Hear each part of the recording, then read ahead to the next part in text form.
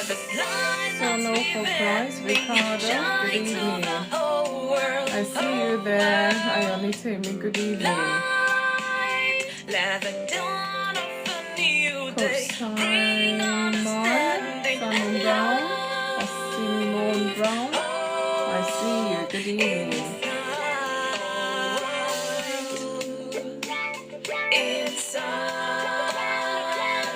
God over everything, I see you. Beauty 10902, I see you. Good evening. Bringing hope and make you feel alright. Rainbow, the promise, the future, and life. Good evening, everybody. Erica, I see you. I hope you are good.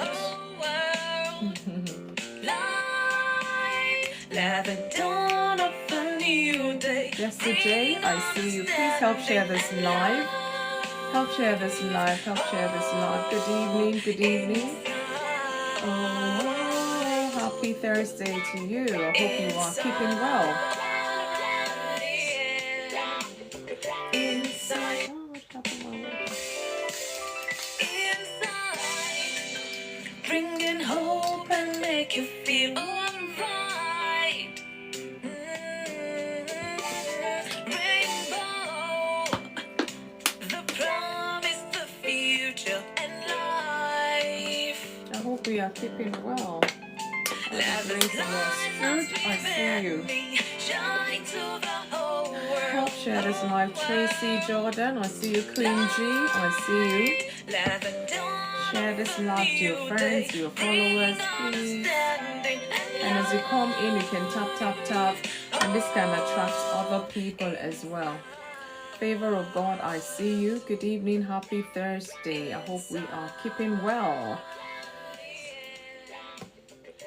Alapsio, I see you. Emmy, I see you. Val, good evening. More Grace, good evening to you. I need your grace tonight, or God's grace tonight, actually. Dimash, I see you. Good evening. I hope you are keeping well. Happy Thursday, everyone. Happy October as well. I know the month is going gradually. Being Abby, I see you. I hope you're good. House of BRD. That's Dawuduna, I see you. Good evening. I think some people on the FY, I can see them. Fatima 78, I see you. Being Abby, good evening. I hope you're good. Good to see you. Happy Thursday to you. Thank you for the compliment. Thank you. Yes. I hope we are keeping well. Good evening, good afternoon, good day, wherever you're joining from. Welcome to Insight with FunmiRoyal today. Tajay, I see you. I hope you're keeping well. Damari Size, I see you. Good evening. Please help share this live to your friends. Let them be part of our talk, a crucial talk today. It has to do with marriage. On Thursdays on Insight, we talk about marriage issues, topical issues. I don't know. Sometimes English grammar sometimes fail me, but we will try as much as possible to say the one that, we all can understand ourselves, because we're here to learn, really. I'm here to learn from you. You're here to learn from me. I want to believe so. Rita Izeko Ade, I see you. Tosin, welcome. Louise Marvel, I see you. Good evening. Happy Thursday to you all. Welcome to Inside with FunmiRoyal today. This is the day the Lord has made. Indeed, I ought to rejoice and be glad in it. Jose, I see you. Thanks for the follow. I'm going to find you later and follow you right back. But please help share this live. Thank you, Being Abby. Thank you for sharing. Help me share to all your friends. This is a very crucial topic. And this topic sometimes we shy away from talking about.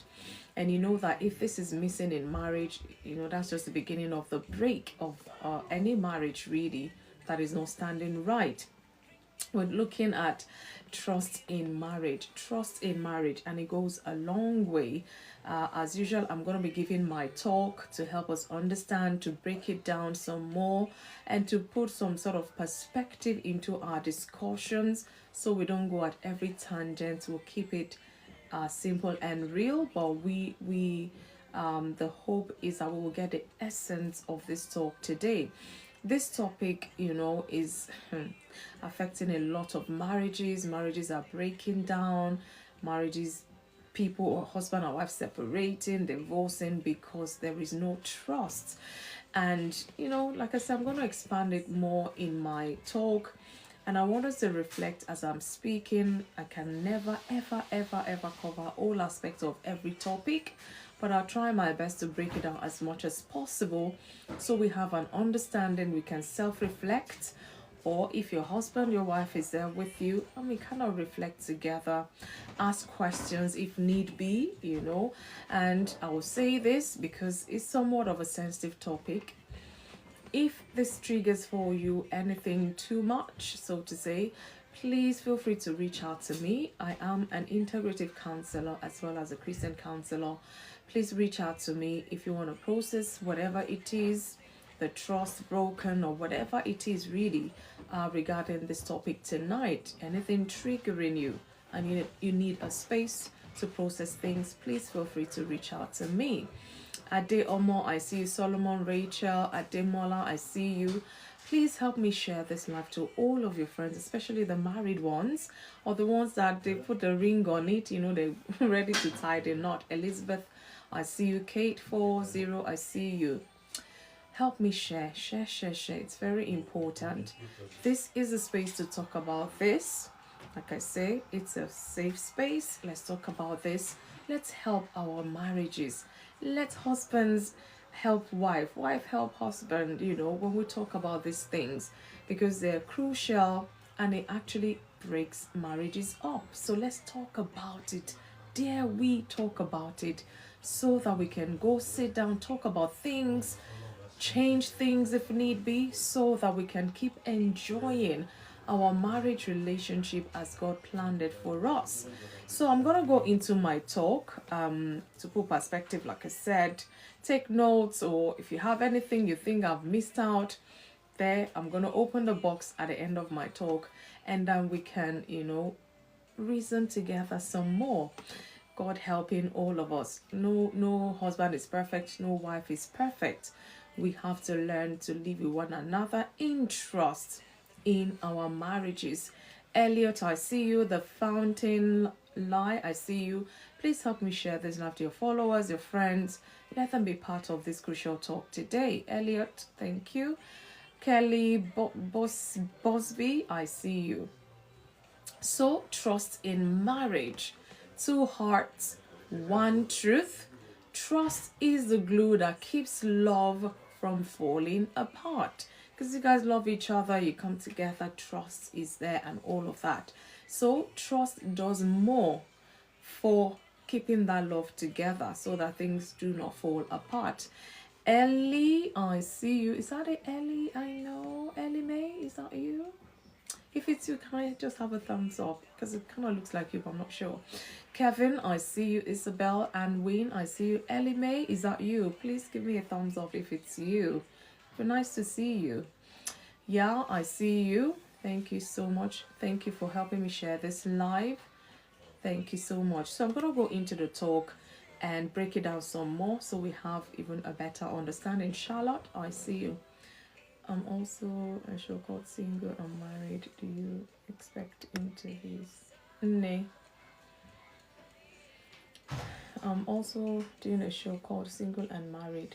Do you expect interviews? I'm not sure I understand what you mean. Ellie May! Wow! Good to see you here. I hope you're good. It's been a couple of years, I think. Oh, I am well, thanks. Oh my God, it's good to see you. I hope you are my friend here. Let me just see that I'm following you. Oh, let's give you a follow. How is life? I hope you are good.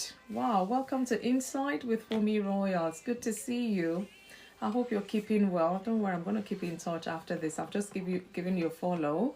Please follow back, follow back. Yes, Nne, is it Nne? Maybe you should DM me so we can talk some more. Thank you so much, Elmi. I really appreciate that. Nne, please send me a private message or a direct message, and we'll talk some more because I want to understand what you mean. Good evening. Please help share this live. It's very important. So I'm going to go into the talk, break it down some more, and then bring us up. We'll rub minds together, talk some more about this because I'm ready to learn as well. I've been in this game of marriage 26 and a half years. Tell me about it. It's only by the grace of God. Sorry, do accept interview. Sorry, do accept interview. I'm not sure I really understand you, Nne.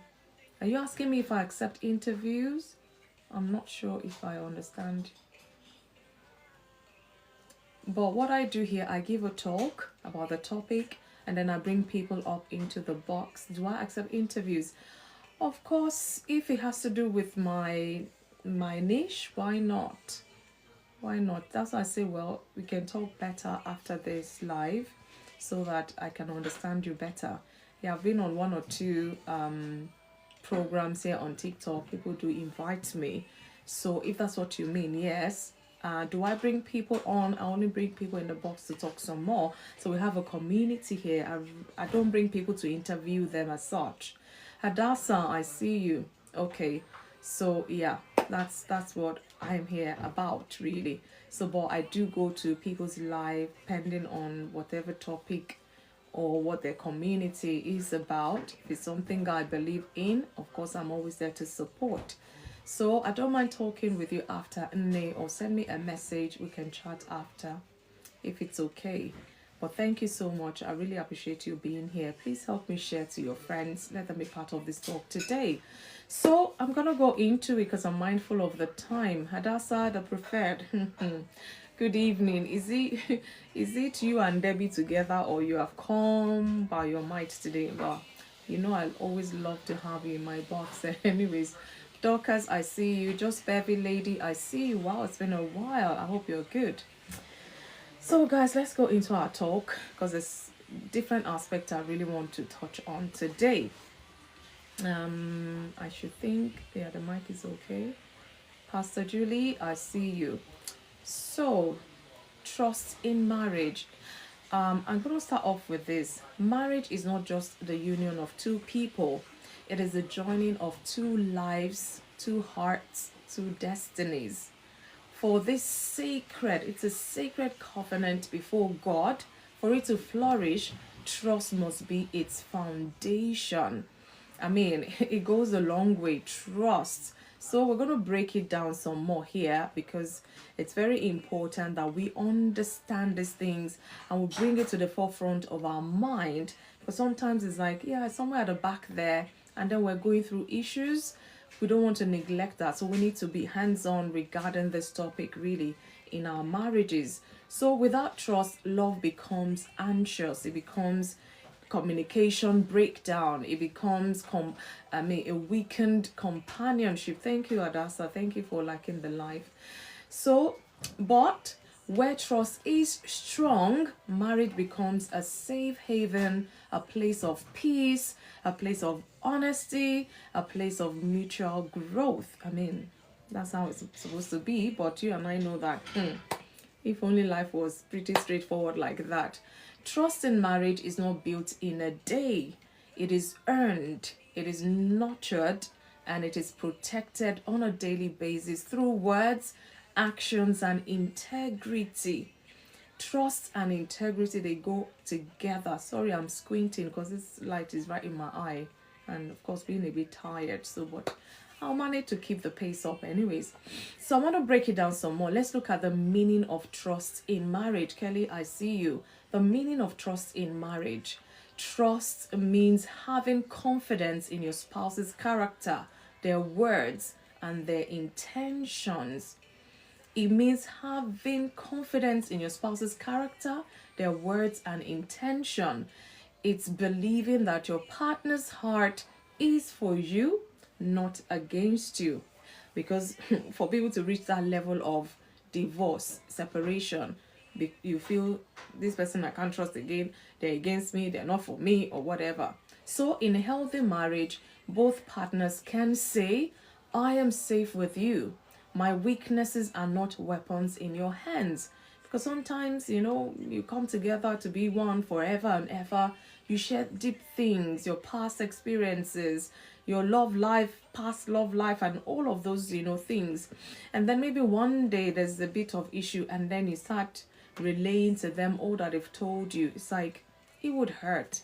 Do not use it as a weapon because they've trusted you enough to share that with you. So, trust goes beyond fidelity. It includes emotional honesty, financial transparency, consistency, and reliability. Because if all of these things are not present, I don't think there will be trust as such. I'll find the word. My Bible says in Ecclesiastes 4:9, it says, two are better than one because they have a good reward for their labor. Meaning, trust in marriage is labor, hard work. You have to put in the work, otherwise. And sometimes, life will throw challenges at you. Life will throw issues of life at you.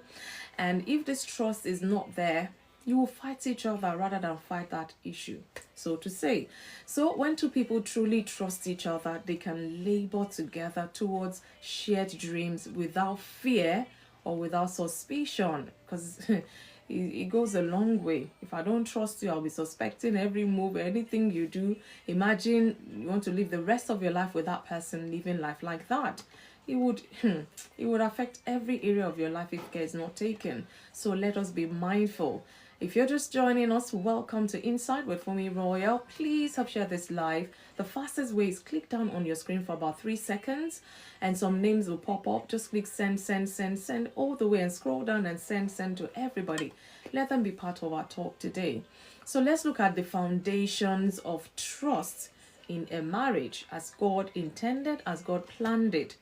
Trust in marriage grows on these pillar keys, and I'm going to mention them just so that, I'm kind of creating some sort of awareness here in our mind, because a lot of people, or some people, have abused trust in their marriages that they don't even know what trust is for the life of me. So let's look at the foundations of trust in a marriage. First thing is truthfulness. Binabi, I see you. Rosaline, I see you. Lies are termites that silently eat away at the foundation of marriage. My Bible says in Proverbs 12:22, it says that lying lips are an abomination to the Lord, but those who deal truthfully are his delight. Likewise, husband and wife, you have to deal truthfully with one another. Otherwise, there's no trust. Otherwise, the marriage may not just last. So, honesty, even when difficult, builds emotional safety and respect. When you trust each other so much, you can, share with them emotional, everything. You feel safe because you trust them. You feel that they respect you enough because you trust them.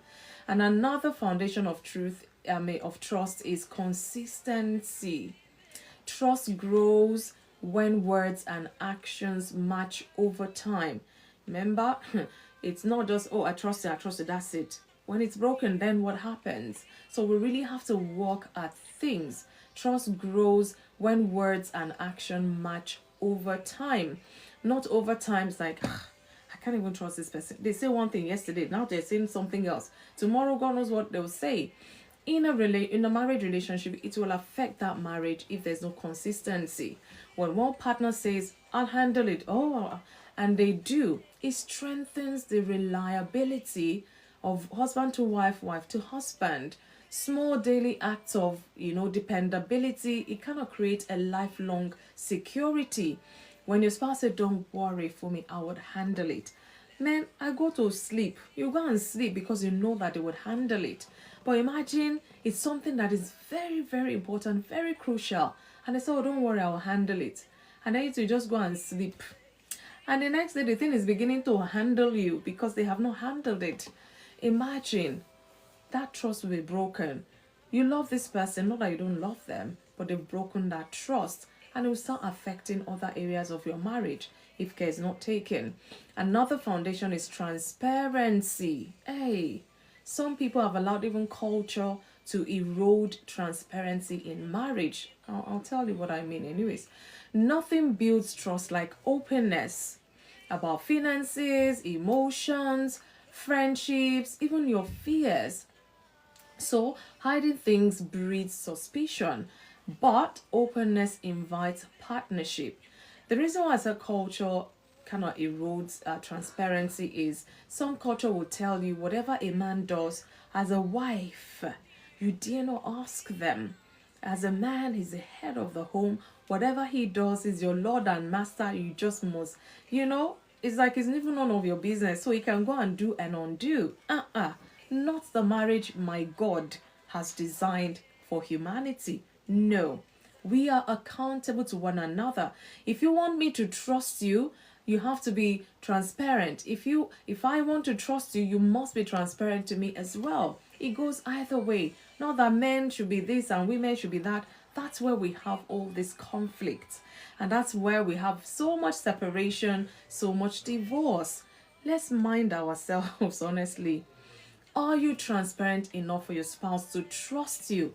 That is the question. Don't just say, oh, as a man, I can do this. Oh, as women do this. No, we're not giving excuses, because excuses are for failures. And we can't afford to fail in our marriages. Another foundation I'll mention is forgiveness. No marriage is perfect. I'm here talking about these marriage issues. I'm sitting here. Not that I'm perfect. That's why I'm talking at you. No, I'm not talking at you. I'm talking with us so that we can reason together. Because the plan, I know that much that God wants us to enjoy our marriage. He wants us to enjoy every aspect of marriage. But the reason why there's so many issues, so many problems, like I say, is we are not doing what we're meant to do. So anyway, let me not jump things. Forgiveness is another foundation of truth in a marriage. No marriage is perfect. Like I said, no husband is perfect, no wife is perfect. There will be offenses. There will be disappointments and misunderstandings, uncountable. Let me even put it that way. You can't begin to count. In my almost 27 years of marriage, which book do I want to write the offenses or the disappointments, both in me to him or him to me, or whichever way. So we are not perfect, but together we know that you offend me, I'll be upset, I'll be angry, I'll still have to come and forgive this person, because I'm going to lay with them the next night or the night after or whatever. I'm going to have to talk with them. I'll cook for them. They would have to eat and all of that. So instead of carrying all of that, we have to learn to forgive in order to rebuild that trust or to building trust. But learning to forgive and rebuild trust after mistakes restores unity. If you can try it, you find out that it brings you even closer than ever before. At least you know that to this extreme they've hurt you, they can hurt you because they're not perfect. And you understand you're human. With time, you get over it. With time, like I said, because it's not automatic. Sometimes you have forgiven and you've not even forgotten the thing, and it kind of triggers every now and then. So these things is not cut and paste. It's not all that easy, but it can be achieved. My Bible says in Colossians 3:13, it says, bear with each other and forgive one another if anyone has a complaint against another. Even as Christ forgave you, you also must do. You must forgive one another. If you're the type that, you don't forgive easily, you don't do that. When you get into a marriage relationship, for your sanity, you had better learn to forgive. Yusuf, I see you. Agbala Chidi, I see you. These things is very crucial, very important if you want to enjoy your marriage relationship. Again, let's look at the enemies of trust. Like I say, I want to cover as many aspects of this topic as much as possible. Enemies of trust. Trust can be fragile. Once broken, it takes time and humility to repair. I'll say that again. Trust can be fragile, Pomi Styles, I see you. Good evening. Once trust is broken, it takes time and humility to repair. Some major destroyers, I'm going to mention them now. Enemies of trust is what I want to say. So I want us to kind of think more about it, because some people, they want, why is this we need to think more about things, reflect more about it, check your life. Are there things you need to change regarding trust in your relationship? Don't be shy, don't be egoistic or proud. Let's change this thing so we can enjoy our marriages. Pride will not help anybody. Ego will not help anyone. So the first destroyer, or I say destroyer, enemies, of course, of trust in a marriage or in a relationship is dishonesty. So half-truth are still lies. They erode credibility. You say half the truth and eventually they find out the whole truth and you'll be like, but you still said some part of the truth. No, half-truth is still lies. And this will not help whoever that needs to be trusted. So we can't allow dishonesty in our marriage, because it's not going to help build trust. You're being dishonest, or it's a regular pattern, and your spouse is, or your partner is bringing your attention to it, and you feel, oh, yours is too much, you just talk all the time, you like to nag, you bamboozle your way through, and you think they will come again and trust you the next day. Even though you're their husband, you're their wives, we need to be mindful, because these things have repercussion, and if you're not ready to face in them, do not be the perpetrator of breaking the trust and all of that. Again, another enemy of trust is secrets. Concealment breeds insecurity and emotional distance. You have secrets you're not sharing with your spouse. You know, one day, they always say these things have its ways of coming out. And then years have gone and they've trusted you for all those years, and bam, nothing comes out. My goodness, it can break 20 years of trust. How do you want to start repairing 20 years of trust? Please tell me. Would it take you another 40 years to repair? So please, we need to be mindful of secrets we keep. If you and sometimes, some people, you have sleepless night because you're keeping that secret. Just, it's hard, it's painful. Say whatever it is to your spouse and pray to God before you do. Let the Holy Spirit minister through you to them, so that you don't do too much damage with whatever it is secret you want to say to them. And again, another enemy of trust is betrayal or infidelity. These wounds cut deep and may require counseling. That's why I say I'm here in the capacity of a counselor. I'm an integrative counselor, I'm a Christian counselor, whichever one you prefer. If this topic is triggering for you, any difficulty, please do reach out to me after this live, and hopefully we'll find that space to talking about things. Paul, I see you. Thank you. Neil, I see you. So betrayal or infidelity is an enemy of trust. These wounds, they cut deep, like I said, because you trust them with your body, with your soul, with your spirit, with everything you have, and then they go to betray you. It cuts really deep. Some people have mental breakdown because of this infidelity or betrayal in their marriages. So you may require counseling, like I said.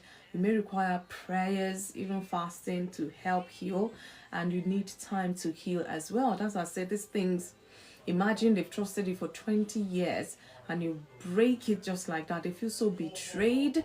They feel like you have just, killed them in a way.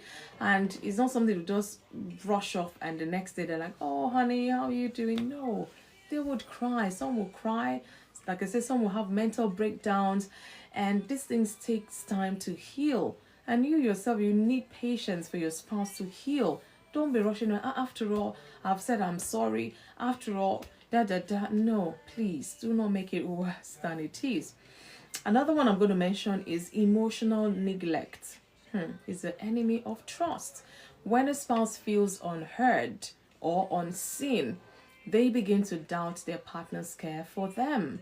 Maybe because you hear them, you see them. That was what bonded you together. You fell in love, and now you say I do. Now you're in that marriage, and all of a sudden you don't want to hear what they have to say. All of a sudden it's like you don't even see them. And if they find out that, wow, I trusted this person regarding that, and now it's like I don't even exist, it's a sort of a way you're breaking their trust in you. So there's so many ways. That's emotional neglect is another enemy of trust in a marriage. Bible says in Proverbs 11:3, it says the integrity of the upright will guide them, but the perversity of the unfaithful will destroy them. Do you have integrity? Are you upright in terms of trust in your marriage? I'm asking myself, I'm asking you these questions, something for us to think about. So let's look at rebuilding trust, because once it's broken, you cannot just leave it and say, oh, it will heal itself. No, things must be done. So even when trust has been broken, restoration is possible through humility, repentance, and consistent effort. Hey, if you were putting 100% effort before to building that trust, now you will need 250% to rebuild, to restore that broken trust. It will take extra effort and consistent effort to rebuilding trust. So let's look at a few steps or what to do in order to rebuild trust. First, acknowledge the hurt. Don't minimize it. Do not say, after all, it's not that bad, or, acknowledge the hurt. You've really hurt me in far big way, or whatever. Don't say because you love them. Oh, thank you so much, Leslie, for the hurt me. You love them, so you don't want to show how deeply hurt you are.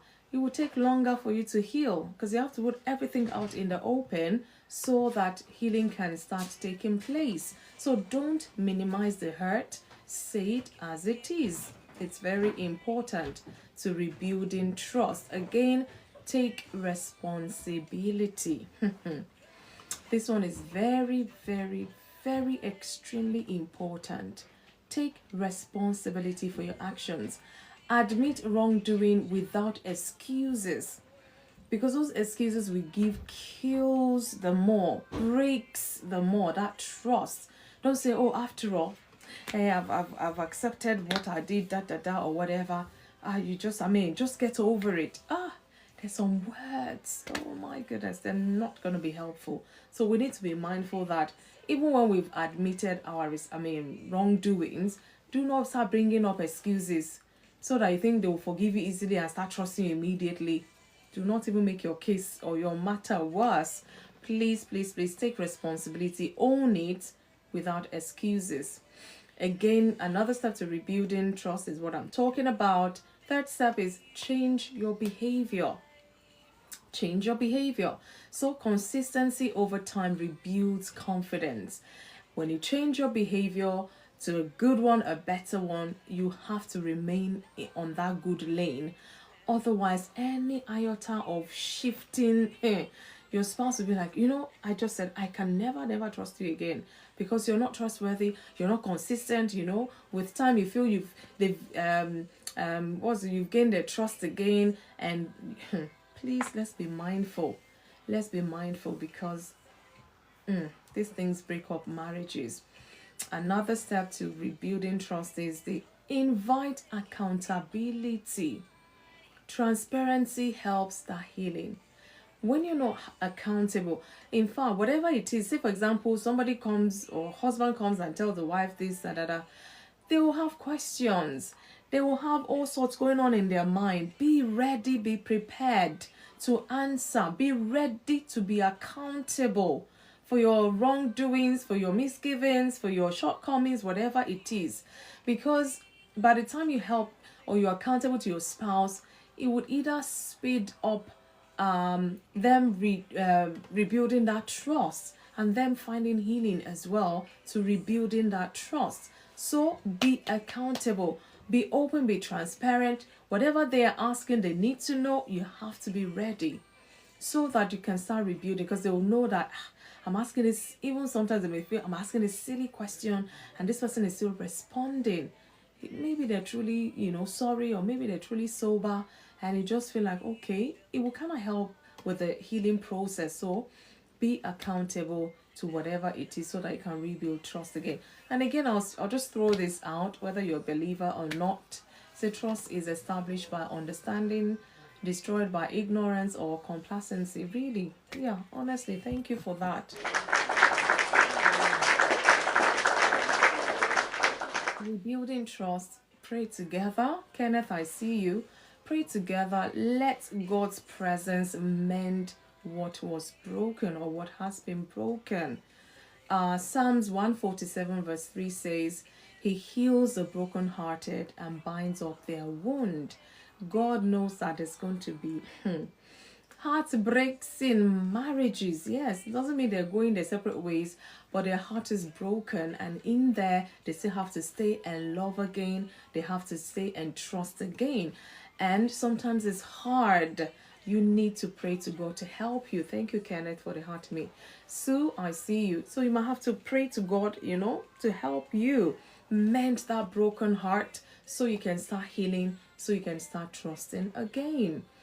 God will continue to help us. Remember, I say He's the owner of marriage, and He's the best person, really, to help us when we're having issues in our marriages. It's like carrying the default product back to the manufacturer, so to say. And He knows each one of us. He knows our individual persons. Before we were formed in our mother's womb, He knew us. So take that spouse, take your husband, take your wife to the Lord. Pray for them, pray with them, and let that rebuilding of trust begin again. So let's look at the power of spiritual trust, because I have to go there. Marriage, everything relating to marriage has spiritual connotation. Spiritual, you have to pray to God to help you in that marriage, because it's not going to be a bed of roses. It's not going to be thorns only. It's just going to be a bit of all of these things that life throws at us. And sometimes we might get so overwhelming. Things get so overwhelming that we almost want to give up. Go pray to God. A13, thank you for liking the live. I see you. Thank you, guys. Please help me share this live to your friends. So the power of spiritual trust. Ultimately, that's a question. Ultimately, trust in marriage mirrors our trust in God. That's whether you believe Him is another thing. When couples both trust God individually, it strengthens their trust in each other, because you know that they trust in God, you trust in God. Trusting each other will somewhat be easy, and it kind of strengthens the bond that you have for one another. So a couple that prays together learns to rely not only on human faithfulness but on divine grace. We all need grace. I'm telling you, we need grace to keep at it, because marriage is work. It's hard work. If you put in the hard work, you will enjoy it to the fullest. I'm telling you, marriage is sweet. Marriage can be bitter. Marriage can be bittersweet. As we want it or as we need it, let us lay that bed. So it is very important that we learn to rely on God, not on ourselves.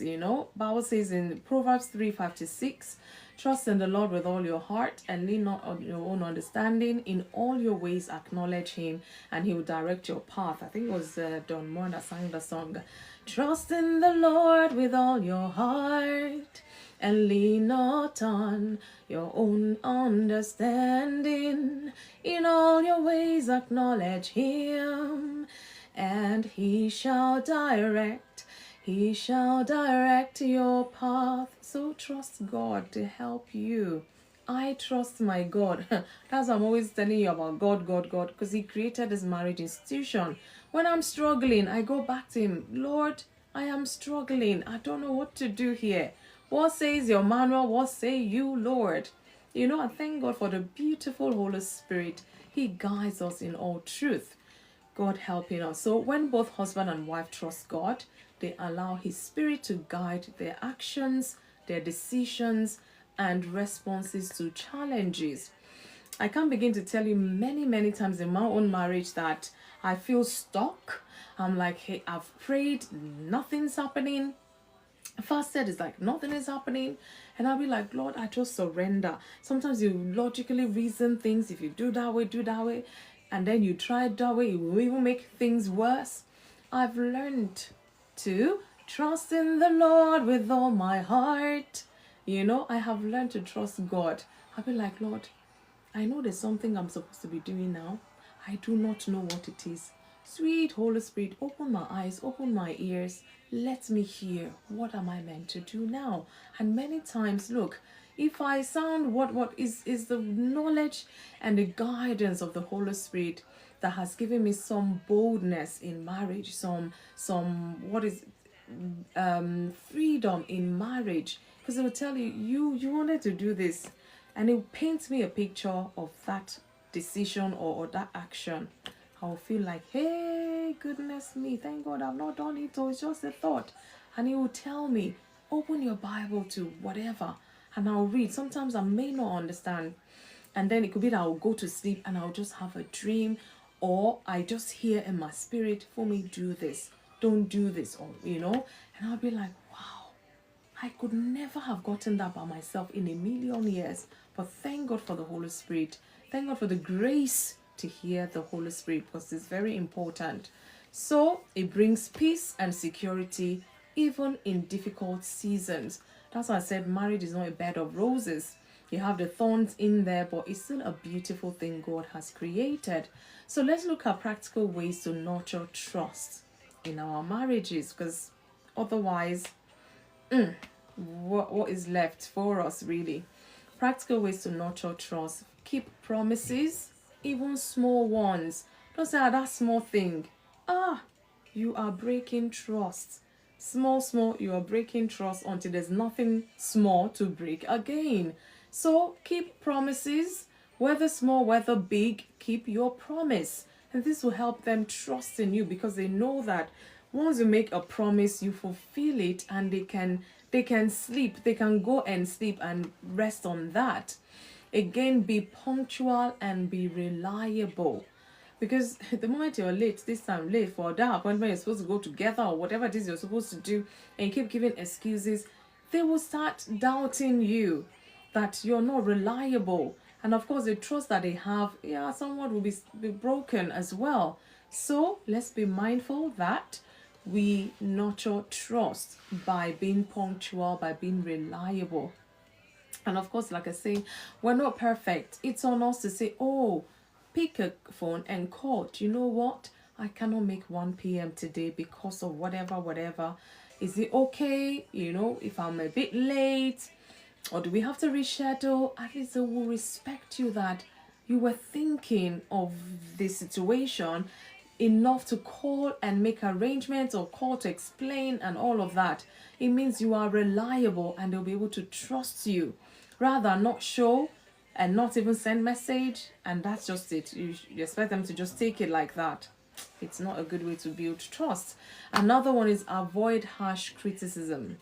We will criticize one another. We will critically look at it. We'll logically look at it. That's why we're not perfect. But speak truth in love. This is sometimes hard, depending on the enormity of whatever is on ground. Thank you, A13. Admissions, thank you for the heart meme. Why is it double now? So, avoid that harsh criticism. There's time for everything under the sun. Speak that truth in love. I always say to my clients, use the sandwich approach.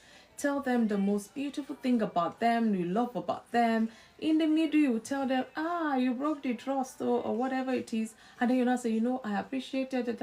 At least you put your words in there. Welfare to wealth, I see you. So, let's speak the truth in love to help build that trust. Thank you so much for the heart me. A13, I hope you are keeping well. It's good to see you. Always good to see you. Yes. Good evening. Hola, right back at you. So, again, we're looking at practical ways to nurture trust. You're this woman, you make me laugh. I don't know why I'm even laughing. Maybe because of your laughter. Anyways, I've started my talk, but I'm rounding up gradually. Maintain emotional and physical fidelity. Good evening. I hope your day has been good. Please go and eat now because I need you in that box, sis. We're looking at how to nurture trust in our marriages or in our relationship, maintain emotional and physical fidelity. Because a lot of times, this is one huge thing that breaks husbands and wife. You'll be back. Please be back because I'll look for you. Emotional and physical fidelity. When we don't keep to this, of course, it breaks the trust. The moment you say, I do, you're supposed to do with this person for the rest of your life. No dilly-dallying. Some people take their spouse for granted. Some will say, after you knew me before you met me, that, I am a man for every woman. Oh. There's some things you hear and you'll be like, hey, this person is not in this life. Good evening. The siren is loud and triggering. Good evening. Oh, okay. My goodness, the things that I will go back again. Culture, the thing that culture brings into marriage. Hey, God will have a case to judge, I'm telling us. So let's be mindful that we're nurturing, maintaining emotional and physical fidelity, because it goes a long way. The moment you break that, is one of the hardest to to trust again. Regarding, it's very important that even when you're getting there, you're feeling emotionally or physically detached, sit and talk. Communication is key thing we always talk about here on Insight. Communication. In the good times, communicate. In the bad times, communicate with your spouse. In the not so good, communicate. Let them know, because before you know, things have its ways of happening. And I'm not making excuses. It's not everyone that sets out really to go and become side chick, or to go and become, or to go and commit adultery, so to say. All this emotional and physical, some, they don't know the enormity or how much it's affected them, and they just find themselves in these awkward situations out there. I'm not making excuses. Let's be mindful, but these are things that can break trust in a marriage. Again, pray for and with your spouse regularly. It's important. It's very crucial. Like I say, if you're in a marriage relationship, whether you believe in God or not, it doesn't change who God is. But know that God is always there. When we pray on to Him, when we call on Him, He's there to answer us. He's there to guide us through the storms of life in our marriages, through those issues, those challenges in our marriages. He is there to guide us, to help us, to heal us, so that we can still continue to bond and trust one another in that marriage relationship. Every marriage, if they were to write their story, they would tell you, oh, this person broke my trust, or this person, there's seasons, different kind of seasons in our marriage, depending on how long you're going to be married for, whether till Christ will come or death will come, whichever one. Always, I'm telling you. So we have to find a way to pray, and pray for one another, pray with one another. It's very important. Imagine a husband, not that they're having family devotion, husband just sitting down, just praying, Father, bless my wife, Lord, keep her safe, and the woman walks in and is hearing that, say, this man, I can trust him because he loves me, he cares for me, he's praying for me, not that I'm asking or whatever. This is beautiful, a thing to experience. So we learn to pray for one another. Pray with one another as regularly as possible. And again, I've said it, communicate feelings respectfully and clearly. See, whether it's a bad feeling, it's your spouse you should be able to connect with and tell them whatever it is. If it's not clear, let them ask questions so that they can help support you. Before you get to a place where you're going to see a counselor or professional therapist or whatever, have you tried to sit and communicate your feelings respectfully and clearly to one another? Because if you trust your spouse, you know that, whatever it is they're saying is coming from a good place. But if it's coming off or rubbing off wrongly, Communicate with them. My dear, this is what I'm getting from you. Oh, my dear, I don't understand what you mean by this, or whatever it is. Talk and talk and talk and re-talk and talk again some more, so that you're both clear and you can help rebuild that trust. Communication is key. Communication is very important. Whether it's something you have to say, imagine that even when you're breaking that trust, communication is what you have used to break the trust, and communication is what you will have to use to repair that trust again. So you can't say, oh, I've asked for forgiveness and that's the end of it. You might have to reassure them of your love. You might have to reassure them of your fidelity. You might have to reassure them of a lot of things through communication, so that they can start feeling healed as well, because healing takes a while. And you either help them heal fast, or you help them to be doing slow motion there, so to say, by the words you say. Communication is key in any marriage. Remember the last time we did communication in marriage, we nearly discommunicated TikTok with a talk. But thank God. Somebody said we should bring part 2. I think that one was enough for the year, to be honest with you. But what am I saying? In order to rebuild that trust, in order to maintain trust, in order to nurture it, we need to be communicating our feelings with our spouses respectfully and clearly, so that we can keep growing together. Guys, I'm going to be rounding off, but I'm going to say this in my conclusion. Trust is not just a feeling. I said that earlier. Trust is not just a feeling. So, communication in marriage causes explosion. Like it did on Inside. Wow. Yes. Anyway, God will help us, give us the grace to communicate, because that communication, some people don't know how to communicate. It just comes out wrong all the time. Sometimes I think maybe some people should go to school of communication and learn to communicate better, clearly even. Anyways, trust is not just a feeling, it is a choice that is reaffirmed daily. It is reaffirmed daily by the things we do with our spouses, we do to them, or we don't do to them. Every single day there is something that shows that, oh wow, I can trust this person. I feel safe when they're around. I feel safe even when they're not around, because you've built that trust over time. So it is the bridge that connects two hearts through storms and seasons. And trust me, storms of life will bring seasons of life. And if that trust is not there, if the two hearts are not together, it's going to be hard going through those seasons of those storms of life. It's going to be very hard going through them, because you may just feel you're going through them alone, even though you're in a marriage relationship. So when trust is present, love deepens. When it is absent, love weakens. That's how I can explain it. So building trust takes time, but the reward is lifelong companionship, lifelong peace, and lifelong unity by the grace of God.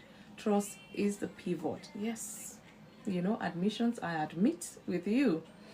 The book of Mark 10:9 says, therefore what God has joined together, let no man separate. What God has joined together, let no situation separate that trust that is built over time. Imagine 40 years trust, 20 years trust. Where do you want to begin to repair? It will take time. It will take time. So we need a lot of patience to building trust, or to rebuild trust. So when God is at the center and both partner commits to honesty, forgiveness, and faith, trust becomes the unbreakable thread that keeps the marriage strong through every test. Not some test, through every test. Honesty, forgiveness, and faith. God helping all of us. It's hard, because sometimes you may even think you're being honest, and it appears like you're a liar or whatever it is. So it's very important. That's why we need the grace of God, and we need God to help us through, especially those having this particular challenge in their marriage already. I pray that the Lord will teach us to build our marriage on truth and love, And I pray that God will help us to forgive one another where we have been wronged, forgive one another, for us to heal and trust again and building that trust as well.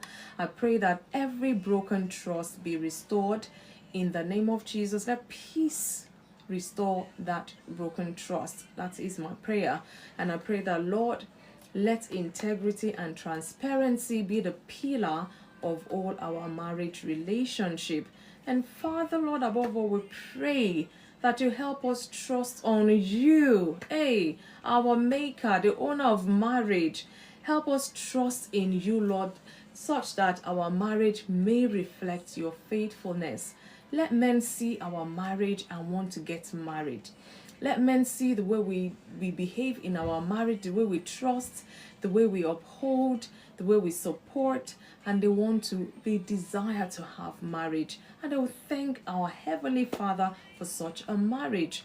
That is my prayer for you and for me as well. So that is the end of my talk. However, my one question today is, can there be genuine love without trust? Can there be genuine love without trust?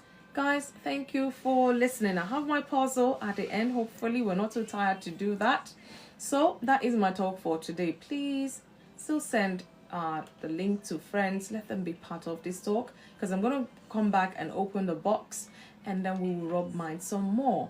Can there be genuine love without trust? Thank you guys for listening. Bringing hope and make you feel alright. Rainbow. See you 8:13. The promise, the future, and life. Love is light that's within me. Shine to the whole world, whole world. Light, let the dawn of a new day bring understanding and love. So that is the end of my talk, my 2 cents. Guys, send an invite. Let us talk some more about this trust in marriage. It can be broken, it's been mended, it's been rebroken, all of that.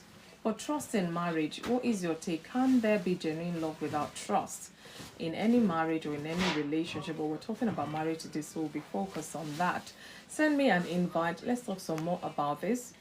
How do you feel when trust is broken in a marriage? Do you think it's easily repaired? Because after all, you love each other, you know, you don't like, not like you don't have a choice, but that is my way of putting it, so to say. Can there be genuine love without trust? Some may say maybe the way the relationship is transactional or whatever, all sorts of names, all sort of explanations being given to, you know, different kinds of marriages, or you know, for God helping us. Thank you guys for joining. I really appreciate you guys for joining in. Let's rub minds together. Let's help one another understand this thing, because it's one of the pillar. Somebody said pivot that holds a marriage together. And if trust is broken, that marriage may as well be broken. And it's so hard, very hard sometimes to repair, but it can be repaired, only that it would take time. It would take a lifetime sometimes, depending on whatever trust has been broken in that marriage relationship. So good evening. Admissions, you're number 1 in my box. I hope you guys have helped to share this live today so that others can, you know, come. But sometimes it's when I finish, some people will be sending message, when is the live? When is the live? I'll be like, we have live Tito, we have live time, we're going to sleep. So please help share, help share to your friends. Osaz Mike, I see you. Admissions, good evening. It's been a little while. I hope you're good. Yeah, I'm good. Yeah, good to have you. Can you talk now? Yeah. Okay. It's just I didn't start with you. Yeah. Right. It's okay, but at least you're ending with us. I met you at the tail end of your talk and all that. Oh, really? Oh, Yeah. wow. Well, I'm able to. Where do I begin from? But it doesn't matter. At least that's Yeah, why I'm asking this question, so that of your own, you can easily. I agree with you completely that trust is very crucial. Okay. in every relationship, and particularly related to marriage. We need to trust each other. And actually, I feel if it's even trust that will make you come together to start with. The idea that I've seen this person, he's saying some nice thing to me, and I think I want to go along. Sometimes it starts on a very experimental level where you think, let me just see, is it genuine? Is it just sweet talking and all that? But as you carry on, trust begins to kind of brew up in the relationship. And at that point, like I said earlier in my comment, I believe it becomes the pivot. You're going out, you're experimenting, but you know that without trust, the whole thing will crumble. And I heard you saying it too, where you said you have to, there can be a break in the trust somewhere along the line. But there's still room for mending things. There's still room to get things together. And I also have this strong feeling that somewhere like, as you trust each other, then commitment comes in, dedication comes in, and a whole lot of, So trust is the basic ingredient with which you will take off. And we say, it now carries on growing as you relate with each other.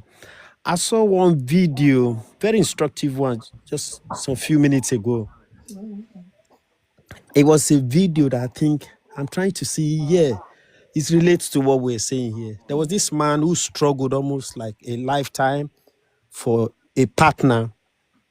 But somewhere along the line, I think the lady was not, she's doing some silly things that the man didn't trust. So he started trailing her. At some point, the lady told the man he needs, that the mom is sick. And so the man went, as usual, struggling. He gathered a whole lot of money, gave it to the lady to travel to go and see the sick mom. But she did not go to see the sick mom. Rather, she went and hibernated with another guy. Wow. Yeah, and they were doing all sorts of things together. In fact, they were promising each other marriage and all that. It sounds very, you say, what? So this can happen. And it's real from the way the drama was sketched and all that. They wanted to send it as a real life happenings. So the man, because he did not trust, trailed the wife and found out that he was not at the mom's place. No. So he rang her, and the lady picked the call and was like, oh, I told you, mom is not still feeling very bad. Everything. I wish I would even get more money to heal, to care for her and all the rest. And the man spotted, he knew they were in that place. So he stayed far away and said, so right now, are you still with your mom? He said, yeah, I'm with her, really caring for her. And we had the other man doing some silly thing to her, practically even dropping the phone over like, oh, let's carry on with our scene or whatever. Yeah, let's carry on with the scene. Scene is sweet, isn't it? Yeah. So the man now came out. Now it became like, in camera, say, you told me you were going to your mom, and here you are. You're in the hands of another man. I trusted you with the whole man. The man, of course, said a whole lot of things that he trusted her with the whole of his life, and this is what you have done to me. And a very fragile man, he just fell down. Was practically, gonna. You see, it makes you feel it as you're watching it. You're living the video. You're beginning to live in the drama. So there was another woman somewhere along the line who was watching all this scenario. She was heartbroken. She's struggling to get someone to. So as soon as the man collapsed, the other man saw the way the lady reacted to the even they said, oh, do you say you really love him? And now he's down there, and this is how you have treated him. I'm very sure you do the same thing to me if ever I settle with you. So the man just, here we are, nemesis. The man just said, no. Cut off so quickly. No, I'm not. There's a way that the man just walked off. And here we have the man that was collapsed. The lady now walked in and said, look, get up. I saw you all along. I knew where you were hiding to see what your wife was doing with the other man. I saw everything, and I saw all the way you spoke to her, even respectfully and clearly, and you were still talking about how much you love her and love the whole family, how much you've struggled and all that. So I'm taking you home. Only to find out that the lady that appeared was a very rich lady. She said, that house there is my house. All the cars there are mine. Wow. I was always been looking for a man like you. Wow. Who will love me truly, who I can trust. I can see trust in you, so I'm taking you home. He held on to her and they were going. And there she is, still sobbing because the other man had walked away. Yeah. He was able to read into it that if I settle with a woman like this, same thing she did to this man, she will do She to will me. do to This me. thing can happen, vice versa. It can be a man doing this, it can be a woman doing that. Yeah, trust is very, very essential. I don't know why I was able to watching the video. I didn't even know it would be useful now. And that's how I'm able to. Yeah, we need trust in almost everything we do, particularly in marriage, because you're talking of a lifelong. Yeah, it's not something you one day say, I'm pulling out. Just no. If Yeah. trust is there, you will wallow it together. You will do a whole lot of things together. You take the risk, and it pays off. At some point, it becomes so lovely that you be wondering. So this is how marriage can be.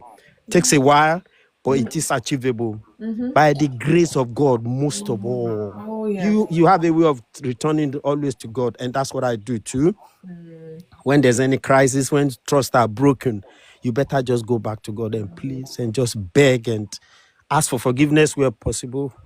Almost where necessary, you have to always ask and carry on because nobody's a saint.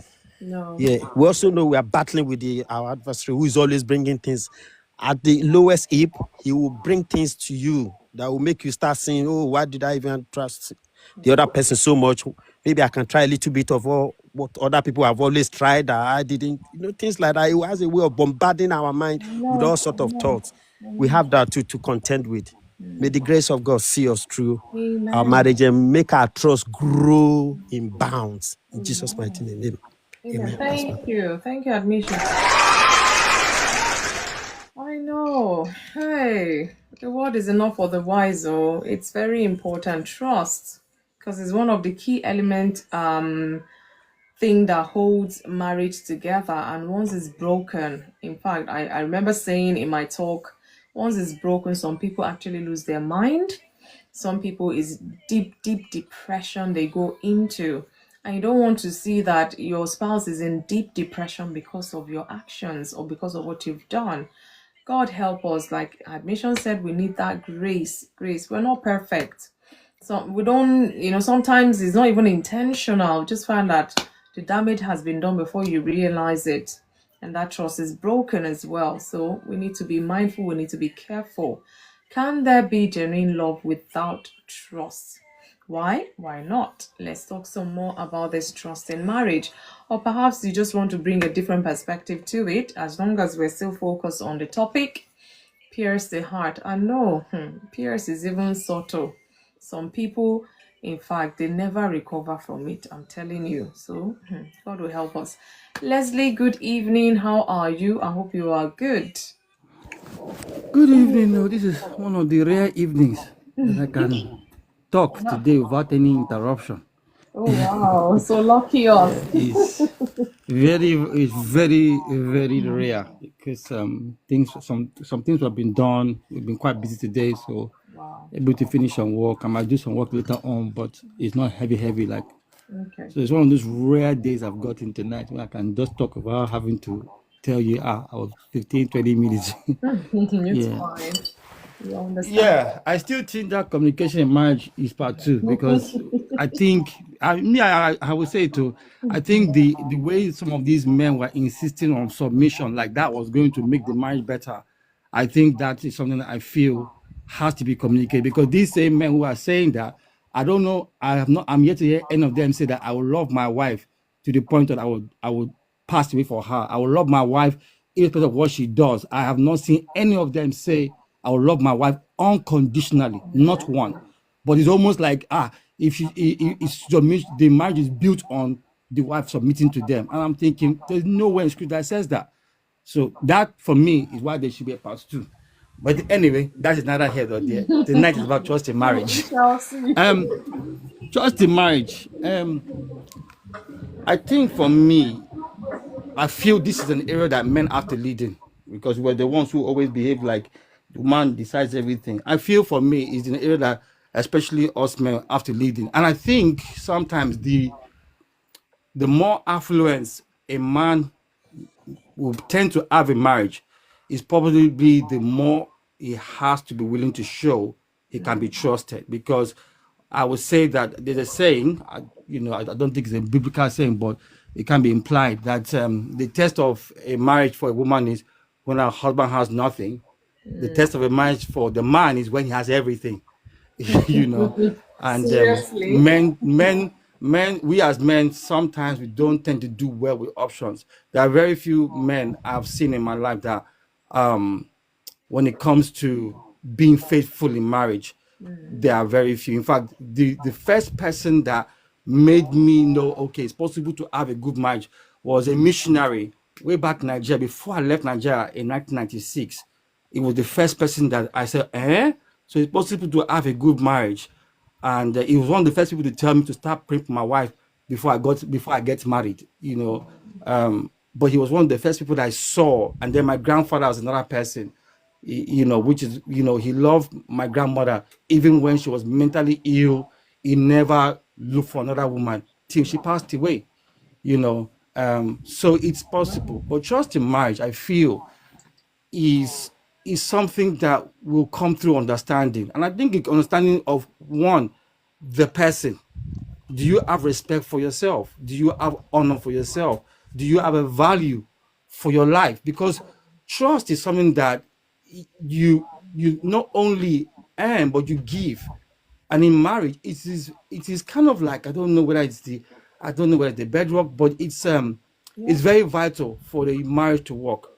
Um, in 2015, I came to a place in my life as a married man where I got to a place and I said, you know what? I don't want to be with another woman again. I think this my wife. She's been through the highs and lows, and I've come to a place where, yeah, this is the only person I want to be with. Not knowing that that statement I made was going to be tested, and I'm talking seriously tested. And 3 years later, there was a situation at my workplace where a particular customer, for some reason, began to develop a like for me, you know, and in a funny way, I was like, yeah, this is, as it began, me being the guy, like, I wasn't paying attention, but later on, I began to see, and I said, instead of me to like deal with it, I kind of like, it's not what's the harm there, and it became serious. Now, before we start, it didn't enter, it didn't go as far as it went, but it really got my attention that even though I was happily married, it didn't prevent the situation that somebody was going to be interested, even to the point where I think like maybe a month or two into it, she just told me, I want to be with you. And she too was in a relationship as well, oh. And she's like, I want to be with you because it's my husband, we're not having a good time and everything. And and I remember saying, hey, I don't know how this thing got to this point too. But I remember I went to go and talk to one of my mentors, and I went to go and tell him this is what's going on. It's a problem. I don't know.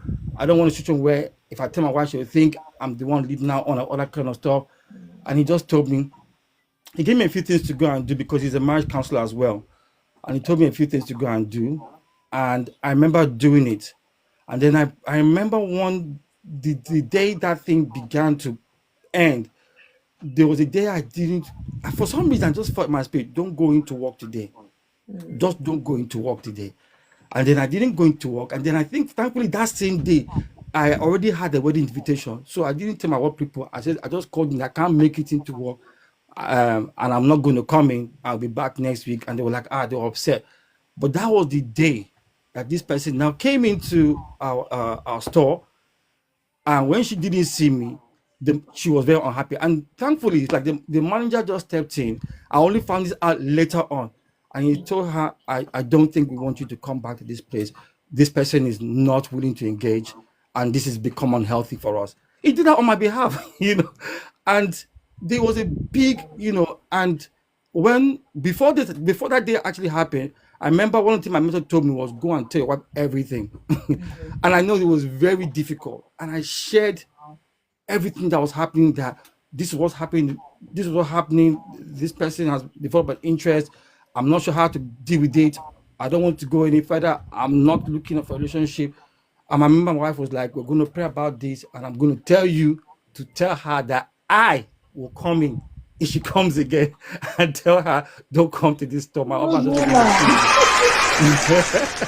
doesn't Wow. so, but thankfully she never had to do that. Like I said, my boss at the time, that day I didn't come in. He now took over the situation. And yeah, till today, it didn't happen. And it was for me. It did two things for me. It let me know that even if you have because I hear people say, "Oh, it's only when people have a bad marriage." I'm telling people today, no, you can have a good marriage, and if you don't take time, you can also miss it. So it's not only just when things are bad. Things can be very good, and if you don't take God of your heart, You you can remember we still miss talked it. about discipline on Monday. Yeah, so it's not just when things are bad. Things can be really good, and if you don't have boundaries in your heart, you can also miss it. But it also let me know that how precious my marriage had become to me. That thing I said in 2015, it was like it was about to show up to say how much do you value your marriage. So all I can say is that it's very important that we we value our relationship to the point where we are unwilling to look to any other place. I know it's not easy, but it depends. I don't know people's mind, but it's worth the price. There's nothing like this, there's nothing as important as making sure that we are shown as trustworthy people in our marriage. And I believe that's the bedrock in society as a whole, that we show ourselves to be trustworthy. Because if you can't be trusted in your marriage, where do you want to be trusted? Where do you want to be trusted? If you cannot be trustworthy to each other, you can't be trustworthy to your wife or your husband. Where do you want to be trustworthy? So for me, I always say, for us men, especially us men, be a trustworthy person. It will be a very strong security for your marriage. That's what I want to say. I hope that helps. Thank you. And one more thing I want to say is that I feel love is the fuel. Love is the fuel for marriage. It's a fuel. You can build, you can fuel marriage with love, and if you have trust for your wife, if you have trust for yourself, it's actually fueled by love. That's a character thing. You cannot buy trust. You cannot pay for it. You have to do the work. Yep. You have to do the work. No amount of money will be able to make you a trustworthy person. And as a character of integrity. Thank you. Thank you, Leslie. Wow. In fact, I cannot top that. Thank you for sharing that experience, because that's your story. I mean, in the journey of marriage, there's so many out there we can begin to share. But the important thing is, yeah, there's no guarantee that you'll be married for 60 years and the trust will not be broken. It doesn't have to be infidelity, even. It could be something else, it could be financial, it could be so many aspects that can be broken. I mean, that trust can be broken. Our prayer is that may it not just break to the point of no return, because these things somehow have a way of impacting us, especially deeply, because we've loved and trusted, our spouses. Like, if every other person betrays me, not this person, but these things happen, and we still have to rebuild trust again. That broken trust should not be the end of the marriage, should it? Food for thought, really. Thank you so much for sharing, Leslie. We really appreciate that. Yeah, practical life experience indeed. Oh, thank you, Susan. So I'm coming to Kenneth. Good evening, my brother. Is it my brother or my brother-in-law now? Good evening, woman of God, and good evening, everyone on board in this comment section. Thank God once again.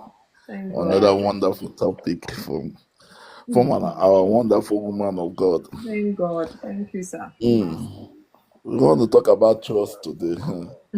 Today we find it difficult to trust in marriage because of the things that is going on in the world today. But the truth is that trust in marriage is the cornerstone of every healthy and happy relationship that allowed emotional safety. Well, the problem now is how we can build that trust in marriage. We find it difficult now to build that trust, that everlasting trust that God wants us to build in marriage. Before we can build that trust in marriage, first of all, we must go to the Creator, the one who ordained marriage. That is why we in Proverbs 3, 5, and 6 says, trust in the Lord. Yeah, Because if you don't trust God, you can't trust your own self. That is why we first of all put God as a trust in our marriage. Then before we can say, yes, I trust God so much, so I can be able now to trust my partner. That is where God come in for us to trust others. Because if you cannot trust yourself, you cannot trust your partner. And that is the problem now we are having in marriage, insecure. Everybody want to do things on their own. Everybody feel that they have the power, they have the autonomy to do anything. They don't want to be transparent again the way it used to be. And when there is no transparency in marriage, you already broke that trust. And when there is a broken trust in marriage, there is no way there can be love. There is no way there can be peace. There is no way there can be happiness in that marriage again when one don't want to take responsibility of his own mistake Yeah. or error that they make. So that is why we need to trust God. When we trust God, then from there we can start trusting other, allowing God to be the captain and the leader of our own. Building by the responsibility where we say, yes, I want to build this marriage. Trust must involve. Because without trust, that marriage cannot move, because according to our speaker say is it fuel the marriage. That is true, because you don't trust person, you don't communicate with that person don't know your whereabouts, you don't know your next move. There was a case that our handle now that where a family man left his home, lying to his wife that he's going to work, break the trust that his wife have for him, and begin to stay with another baby mama of somebody that have two for another person, and you leave your own family now, My goodness, telling your wife that's crazy. that you are going to work, and the wife believe in you that you are in night shift, but he don't know that you are in another baby mama's home. Night So bed. you already break that trust that this woman have for you for more than 20 years relationship, more than 20 years in marriage. So at times we do things that we think we are doing the right thing, but we don't know that we are hurting ourselves and we are destroying ourselves. What we break the moment the Bible said that the moment you break the edge, it's not going to bite. The moment you begin to break that trust in marriage, divorce start coming into your home. Abandon everything. There is no trust again. There is no love again, and there is no happiness, and there is no joy in that marriage. And when there is no joy in that marriage, there is no way honesty, transparency can take place anymore, because everybody will begin to suspecting and to start hiding every of the maybe the things that they are doing before that they are open to you. They start hiding it for you. They don't want to let you know again. You are not, because you are not in the life fully the way you used to be before. So for me, I would say without trust, there is no love. There is no love, because you must first of all trust that person before you begin to talk about love. So when you don't trust that person anymore, there is no love. You are just living as two how will I call it? Apologize. That is you are living, you are in the same house, but you are Living apart. co-tenant. Married, That is married but single. yes, but married but single, that is not the plan for us. We must take responsibility when we say we are married men or we are married women. Let's stand to that. When the way people will see us, they say, of a truth, I know these people. Even there is a misunderstanding, they know how to solve it out. And when you know how to solve it out, even when there is misunderstanding, that means you are building the trust. That when there is a misunderstanding, you know how to solve it out. You always, all the time, take responsibility of your error and apologize, and build that sense of communication, that you say, yes, of a truth, I know if I apologize to my partner, he must surely forgive me. That is where you will say, yes, you trust that person. And every time, at times, we don't show this empathy and respect to our partner, because we feel that they are just there. But let us try to be showing respect to them, and invite the spirit of God to dwell in us, because the world that we are living is terrible. It's terrible today, in the sense that people are idling your marriage. People are wanting you to even fail in that marriage that you are. That is why you must trust yourself, trust God, trust your partner, that where you will not fail in this marriage. And then when you begin to do those things, the help of God begin to come upon you. And when you continue to depend on your partner, trusting in your partner, you see the children begin to nurture up in the ways of the Lord. The children can say, I know my mother, I know my father. When there is misunderstanding, they know how to resolve it. Instead of them taking it outside, they know how to resolve it. And when the children begin to grow up in that way, that build the confidence for them to say, yes, when they get to that age, they say, yes, I'm bold enough to say I want to get married because I've learned enough from my father, I've learned enough from my mother. You see, I always say we will continue to pray to God because the way marriage is going in some home now, many kids today they are scared. What I always say to me, maybe we have interaction in my child to call the USA. If this is how marriage is, Pastor, we don't think that we can go through because I'm seeing what my father is doing. So we say, I'm seeing what my mother is doing. I say, no, there is no marriage that is peaceful. I always encourage them because this generation that is coming up, they are more smarter, they are more wiser than us. So we that is married today, let us try and continue to build that trust in our home with our partner, so that these children that are under us, they will see that marriage is ordained by God. And by so doing, when we continue to build that trust in our home, we see the peace and we see the love, we see the safety and we see the comfort of the Lord in that home. Trust is a good thing in marriage. Where there is no trust, there is no peace and there is no happiness. That's my submission. Thank you, sir. Wow. More senior elder. There's a reason why we gave you that title. Thank you so much for your submission. God will help us. We need grace because I think it was Leslie that even said, or is it Kenneth? I don't even know. The one that is good, things happen. The one that is not good, things happen. So we need God's grace because it's not easy. It's not easy. And sometimes I remember I was at a hangout and they were like, are you sure it's only one partner God has ordained for everybody like that? Because if that be the case, once you find that partner, you're married, you shouldn't even fall in love with somebody else again, or you should not be feeling anything for somebody else again. It was a bit controversial, and we dragged, and I can't remember where we concluded the matter. But the fact is, or the truth is, you have picked this person to spend the rest of your life with. You will do life with them, the good, the bad, the ugly, because everybody is still growing. We're bound to make mistakes as human that we are, but His grace is more than sufficient. But let it be that this one person is the one that is doing whatever, instead of being engaged to 10 people.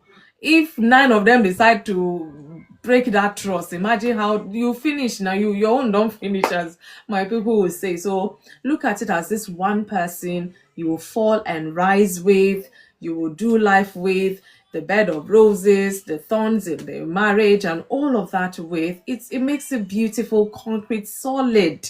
That is like you're building something, and through the storms, through the sunshine, all of it, you're building with this one person. So love or marriage is beautiful as God created it, and I'm grateful where I am. Really, I'm grateful because we hear stories every now and then, but God will help us.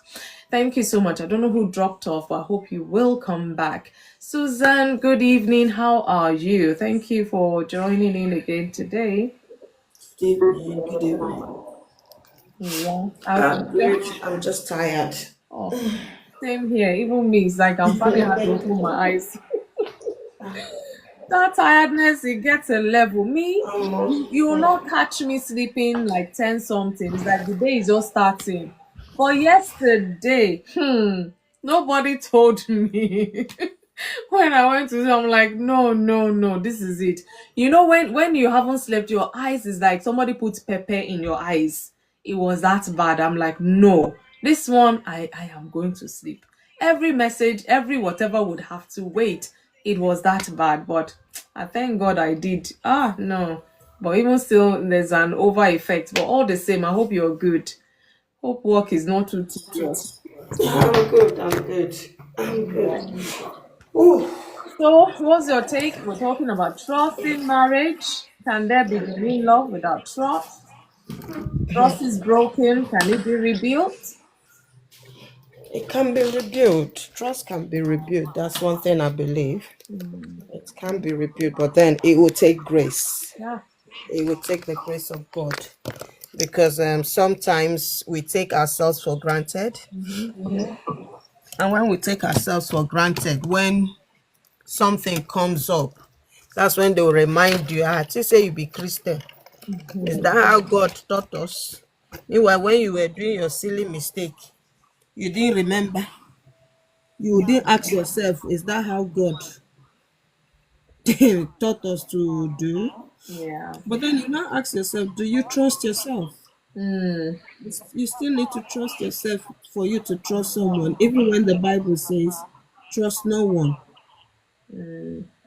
You need to trust somebody that you can always, always rely on. I don't call it trust. I just say somebody I can rely on or rely to.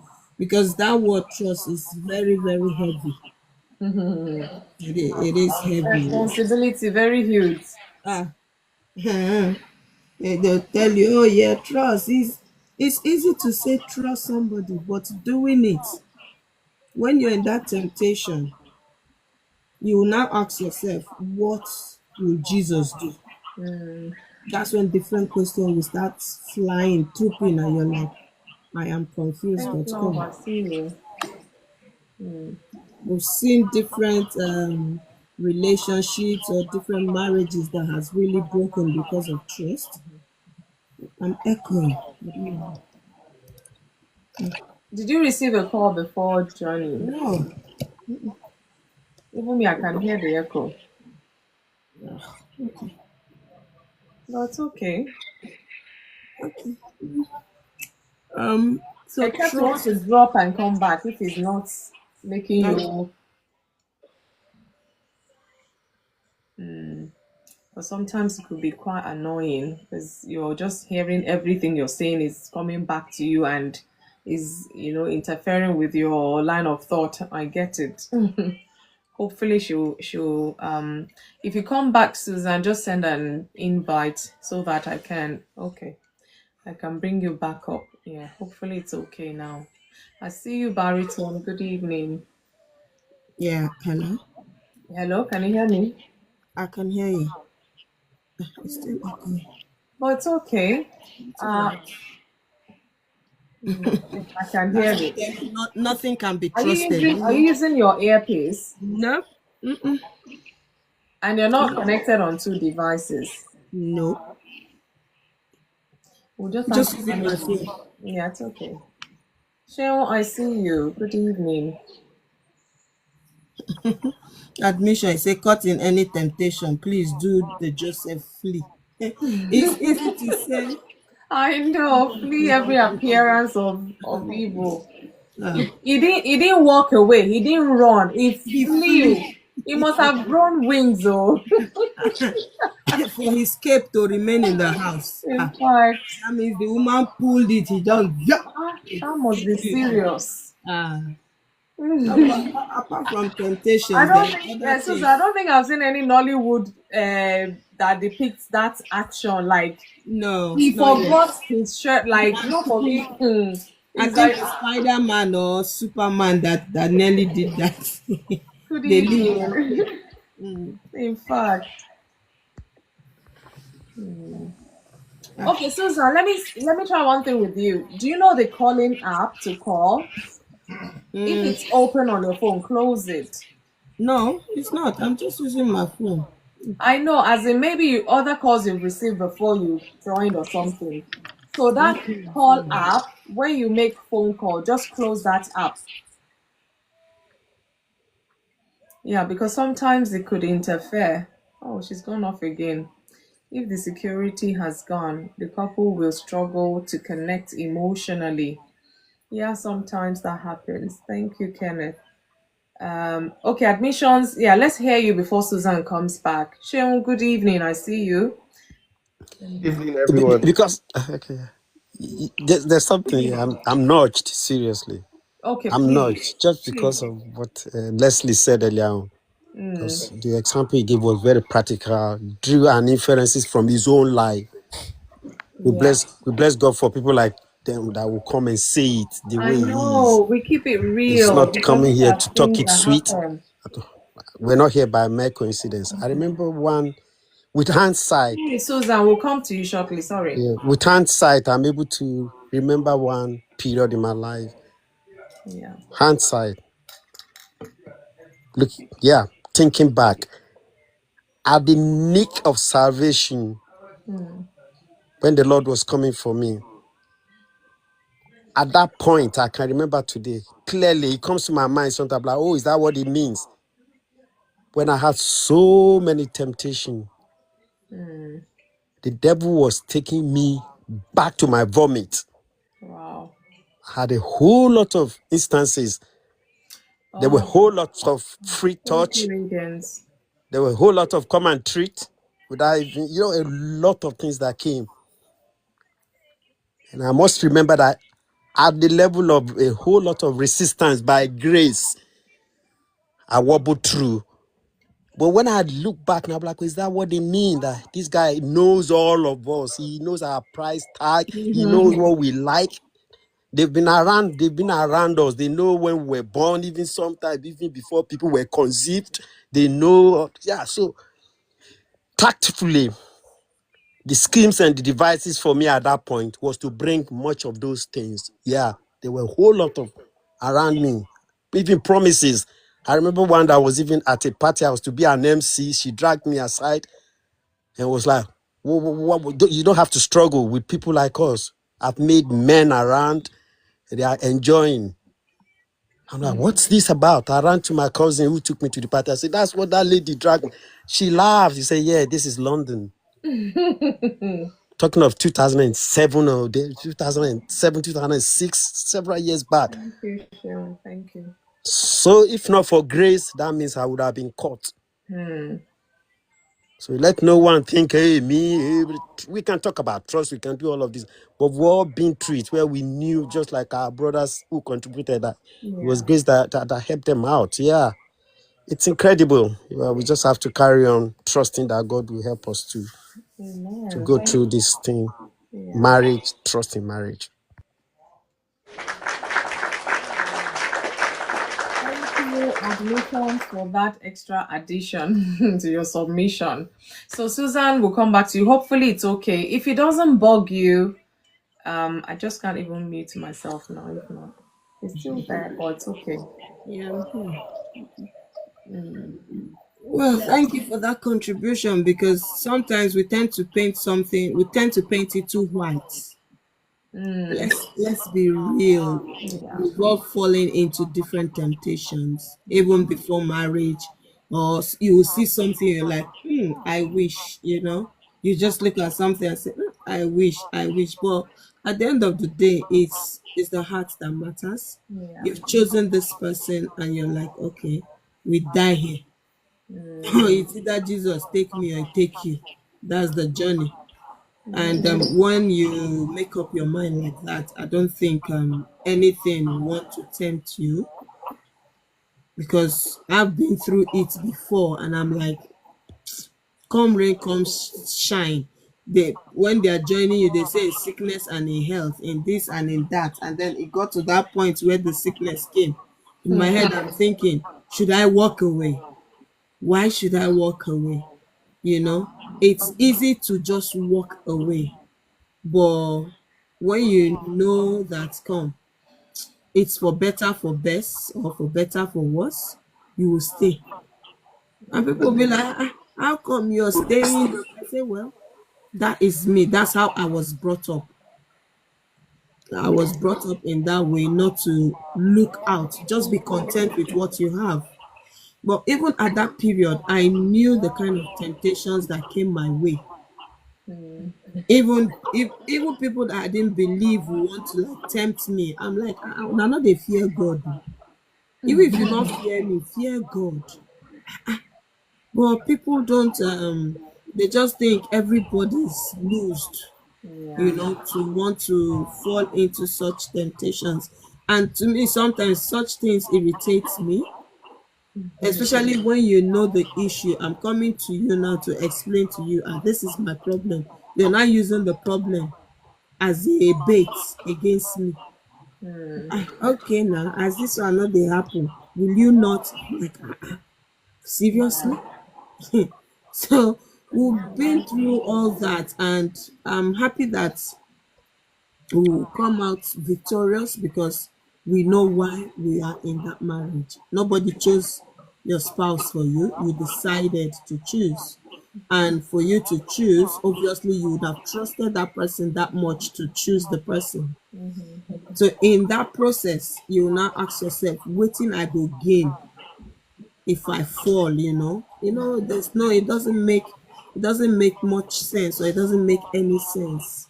I know it's easy to say it, but doing it, especially when you see somebody flaunting what you don't have in front of you, you're like, how many minutes I bet my else do come out, chop and clean mouth. Sometimes not be chop and clean mouth. The pepper go still rub for your lips. So, and you now come home, you'll be looking so stupid.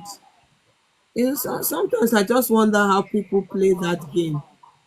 To me, I'm a one-man person. Let's go to the end until we see the end. Then I'll now say next, Let, than let stay. me let me let me make you laugh. There was one time I was I think it was a retail store that I used to work in years back.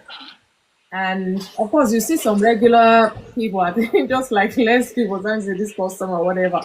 This person would come, he would greet, and one thing I noticed about this person is, well, they say the looks can be deceiving.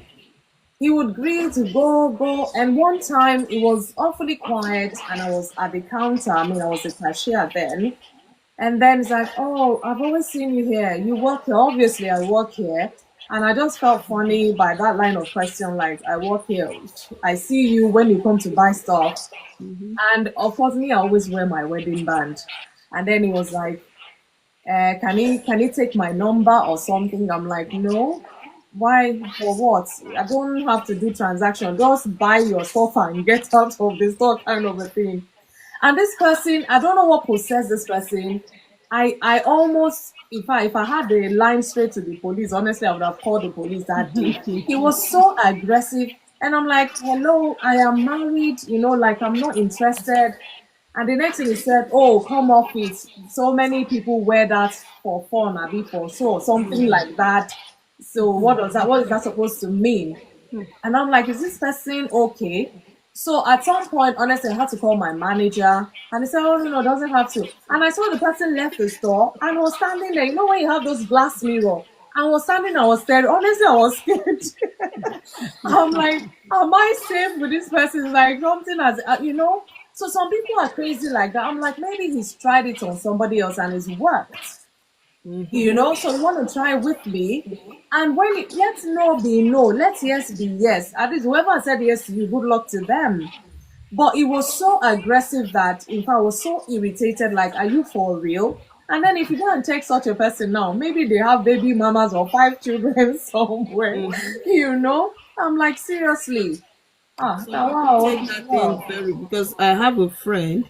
Then they were together. They were living together. When she was pregnant for him, he was always beating her. And then we're like, what kind of relationship is this? Why are you tolerating all this? He will push her from stairs, and then all her friends, he made sure he toasted all of them. Why? And anyone that says no to him, he will tell her, I don't want to see this girl in my house again. I don't want to Seriously. see this girl. So he now stupidly came to me. I said, guy, I see you. I don't do this nonsense. So I said, well, how did you get my number? He said he got my number from her phone. I Let said, me Who's laughing? Admissions. You two no laugh. No, it was your laughter that triggered my That own made your own. laughter. Okay. All of us laughter now. Okay. Oh. So I now said, please, so I don't do this. So if you disturb me too much, I will tell my friend. He was like, you cannot tell her, you cannot tell her. I said, see, I don't care. I'm not gaining anything from you. I will just tell her. And he was daring me. I just told my friend, I said, come, I don't like what your friend is doing. Why did you give him my number? And he even came to work one day to pick me and told me that my friend told him to come and pick me. I said, I don't call that. I said, okay, what's happen? She said, for where? I said, you told your guy to come and pick me. She said, how? And that was how the whole issue started. And since then, she just cut off because obviously he told her not to speak to me. And then one day I was in school, she just called. Hey, if you have this guy's number again, this is my new number. This, that. I said, wetin happen? And since he wants to sleep with all the girls in Luton, this, I said, oh, now you don't believe me, Abi. Oh. You don't believe my story.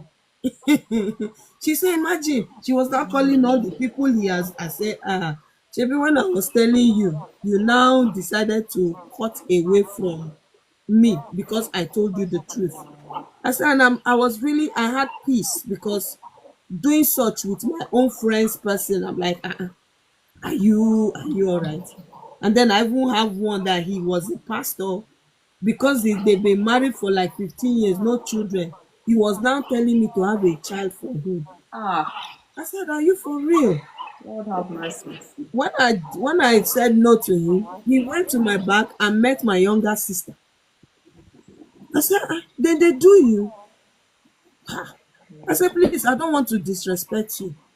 And I don't want this relationship I have with your wife to break because of this nonsense. Guy, park your car for one side. I don't do all this nonsense. I'm the wrong person, the wrong number that you have dialed. Stop that.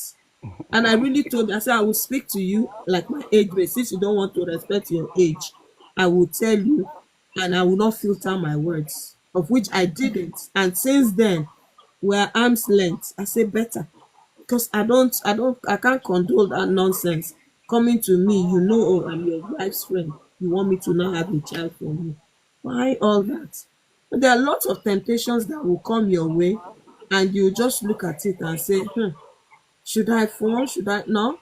But if you trust yourself and know why and know the God that you serve, you will really, I think that trust in marriage will be very easy for you. But then when it is broken, it takes the grace of God to rebuild. And the question saying, oh, is there love if there's no trust? Those two work pari passu, they work together. For you to love somebody, you must trust that person. You and I were not there when Jesus died, but we just believe because that's what we've been told. So we trust that, yes, this is what Jesus did for both of us. So this person, now you're married to that person. For you to love that person, you must trust that person because you cannot just throw your love to any Tom, Dick, and Harry. Exactly. You can't do that. So for you to love that person, you will trust that person so much that you've decided to come together. Yeah. And for you to come together, trust is a daily activity. Where are you? I'm in Asda. And truly Not, you're in not knowing Asda. that they're in Tesco. That is it. So all those little things break trust. Yeah. So we need to work on ourselves as well and just make sure that our yea is yea, our nay is nay. I submit. Thank you. Thank you so much, Susan. You know, there's a whole lot going out there. Some, if they go looking for it head on. Some, maybe it's a thrill. Some, it's their nature. All sorts. But the moment you decide, okay, you want to spend the rest of your life with this person, no matter the escapades or whatever it is, you have to put it on hold. That's why I always say, please check yourself that you're sure you're ready for marriage, because in it lies the learning of life. You will learn, you will grow, you will fall, you will rise. All of those things you will experience in marriage if care is not taken. But can there be genuine love without trust? Or maybe we say, can there be genuine trust without love? I don't know. Maybe we should switch it around or what. But that is a question. Can there be genuine love without trust? And then in marriage, if that trust is broken, do you think it can be repaired? Do you think it can be rebuilt? Or do you think, for the rest of that marriage lifespan, they just have to endure somehow? The trust can never be what it used to be when it's broken. I want to hear, what is your submission? We're talking about trust in marriage because it goes a long way. Dr. David, good evening. Are you there? I'm seeing your coffee mug now. Let me, because I know the others are my regular. Dr. David, good evening. Are you there? I can see the coffee mug, so probably a call's coming, or maybe TikTok or whatever. Okay, so I'll come back to them later. Sheol and Debbie, I'm not sure who came in first now. Somebody dropped from that box and they kind of, yourself. Who came in first? I came before Debbie. Okay, all right. So let's go with that order. So good evening, Sheol. We haven't seen you in a couple of sessions like that. So what? Yeah, I've been kind of busy. I just had to make sure I made this one. I was like, thank you. because I know the moment I start missing too many, it's gonna continue. So let me break the jinx. Yay, thank you. It's good to see you. And then I missed everybody anyway, so yeah, we missed you understandable. too. In fact, I think I don't know, I saw maybe you posted something recently and I'm like, look at my brother. That's true. I didn't see him on Monday. I didn't see him. It was something that I scheduled that ages ago. So it wasn't like I posted it there. I just scheduled it last week. That was why it popped up. Yeah, you're welcome. It's good to have you back. So thank you for making the time. We've been talking about trust. I know maybe you've heard one or two submissions. What is your doctor has dropped now? What's your take about it? Can there be genuine love without trust? And if trust is broken in a marriage, is it going to be the same even after you rebuild it, really? I don't think it's possible to have genuine love without trust, because I think a union, it's one of the foundational it's something that is foundational in any relationship. I think for a lot of us, myself included, when we're in the dating phase before we get married, the trust is solid. Then we get married, then we get complacent, then the trust starts to wobble. Depending on everybody's personal experiences, that is when people get complacent. I trust my wife, but I can't say that for the entirety of our relationship I've trusted her on the same level. I don't even think that's possible. I think it oscillates. I don't trust my wife to go to the gym if she tells me she's going to the gym, for example. Really? If you know what I mean. No, I don't know. Change. No, there's some things that I don't trust her. If she tells me, I need to check. What if she's going with her girlfriends? They're motivating her. She can go today and not go tomorrow, if you know what I mean. Okay, all right. But on a serious note, I think through our relationship, good evening. We have periods where the trust will waver. We have periods where the trust is at its peak, and we have periods where we doubt the other person, because even us as individuals, we don't trust ourselves in certain situations. So I'll give you an example. Something as simple as, I'm watching my weight, I need to cut down my sugar. Do you trust yourself if that is your thing? And if we find it difficult to even trust ourselves in certain situations, then if we're expecting the same thing from the other person, they're human as well. But trust in certain situations can be highly detrimental, i.e., if you start an affair, or you start confiding in someone else. I have this thing where I always say that it's not necessarily until there is infidelity that infidelity occurs. The moment somebody starts confiding and is closer to somebody else outside their spouse, for me, infidelity has already started. Some people feel that way until it's consummated, or whenever. That's when no. For me, the moment when you feel closer to someone outside your spouse, for me, the infidelity has already started. And life is difficult. Life has its ups and downs. Complacency comes into relationship, and these are the things that we all need to guard against.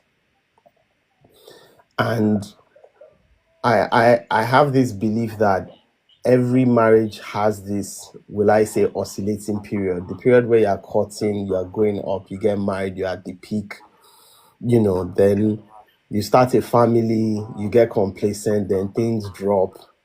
Then you now have to kind of pass that phase where I call it a critical phase. It's a very, very important phase where both of you have to decide that, okay, I'm in this for the rest of my life. This isn't what I bargained. I must make it work.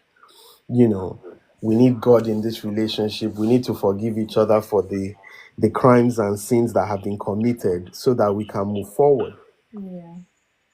Some people survive it, some people don't survive it. But I think what is also important is the affected person needs to not only endure, but learn to forgive. Because if you can't endure the bad period, and if you can't learn to forgive that sin that was committed against you, because nobody is perfect, you cannot see a brighter future with that person. Some people, the moment you offend them, it takes ages, and only God can get them to forgive you, if you know what I mean. And some people, before you know it, they've pushed it aside, they've moved on, and you're thinking, are you sure this thing has finished? And they're telling you, no, it's done. Not everybody's like that. And I think it's something that is very, very important in any relationship. Your trust will be broken. It is inevitable. If anybody tells you that, once you marry this person, you will trust them from day one till the day you both die, that person is lying. Because life will give you issues that will test that trust. But you must be willing to forgive. You must be willing to accept that person. And you must be willing to endure what life is going to throw at you. But I believe that if that person is genuine, if that person is genuinely sorry for what that person, if that person is genuinely sorry for what they've done, I think that it is an issue that can be resolved and both of you can move forward. What if they're not? Sorry? What if they're not genuinely sorry? I think all you can do is pray, I guess. True admission. I think that's I don't want to say, if that person is not genuinely sorry, you should walk. I think you should pray. I am a firm believer that before you draw a line in the sand, you must be able to have done everything in your ability to make it work. In which case, you can tell, I always tell people, if something doesn't work out, I always walk away knowing that I have ticked all the boxes of everything I could have done. These are the things that I could have done to salvage the relationship. Have I done everything? Yes. Is there anything else that I can do? No. That's the most I can do. So I'll give you an example. One of my in-laws had an issue with his wife. They're not together anymore. And for 2 years, I was on their case, trying to help both of them. For 2 years, I was on their case. I did everything under the sun. I think my wife gave up after like a year and a half. I was like, no.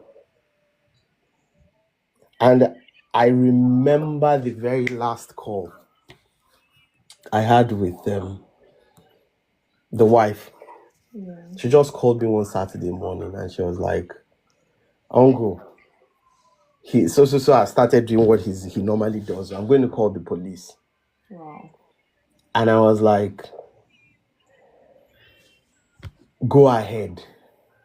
Wow. And I didn't believe I said go ahead, because for me, if I've been trying for 2 years to help you guys fix it, and you can call me Saturday morning, 7 a.m., wake me up, and you are telling me you're going to do this, you're not doing me a favor. I'm trying to help you.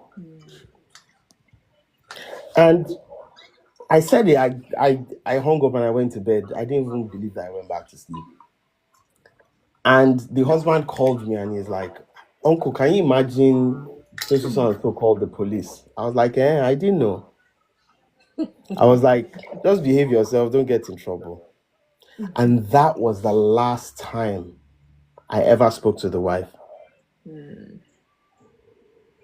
The husband has gone on to marry someone else by now. Wow. Yeah. Wow. And like I told my wife, I can sleep because I know I tried for 2 years. Wow. There's only So much there you is, can do. I'm a firm believer that if trust is broken, you do the best you can. You try to cross off all the boxes, knowing that if it doesn't always work out. But at least for your conscience sake, you know you've done everything under the sun. Everything is up to you. There is no long list. But at least it saves you having the regret of, I should have done this, or maybe I should have been more accommodating. Maybe I should have been more forgiving. Maybe I should have given him No. All those are gone because you would have gone through all that list. So I think for me, that's my take. You can't have genuine love without trust, but you're going to have periods where that trust will be tested. Tell me about it, yeah. And be ready for it. But I am a firm believer that it's like when you break a bone, when it heals, it's stronger. Because you learn more from mistakes than when there aren't any mistakes. I understand you more when we have arguments, when there is a disagreement, when we put everything on the table, more than when everything is okay and we're not even discussing issues. Because there are some people or some couples that I believe that they have a happy relationship, but there are some core issues in the foundations that haven't been addressed because an issue has not raised it. It's still there. But it's never been brought to the fore because an issue hasn't highlighted that issue, if that makes sense. Wow. Yeah. And sometimes life will bring out those issues from time to time, and you're gonna be tested. And if there are topics that you've never discussed before, you'll be surprised that once you bring up the particular topic, you'll be surprised that your partner's take on that topic, because you thought you knew what their take is. But the truth is, you can't speak for people, and I think there's only so much you can know about a person. Because we all change during the course. We're all changing. You are not the person. We're changing, we're growing, we're developing. Exactly. The person you married at 20 is not the person that you're dealing with at 30. It's not going to be the person you're dealing with at 40. Definitely not going to be the person you're dealing with at 50. No. So if that person is changing mentally, that you're interacting with that person, you have to give allowances for those change. And you must be, I don't want to say, you must be flexible with that person, because if you're rigid, people's opinions change, an outlook change. But I think just like a lot of things, we're in denial. I remember my wife before we had our first son, and I remember the first year when our first son came, and I was in my head, I was like, "Am I invisible in this house? What's going on?" A lot of You men know. use that or felt Exactly. that. And by the time the second one came, it wasn't a shock because I've been there before. And nobody tells you this. Because even she, through the whole birth process, the whole carrying baby 9 months, things are rewired. She's not the same person.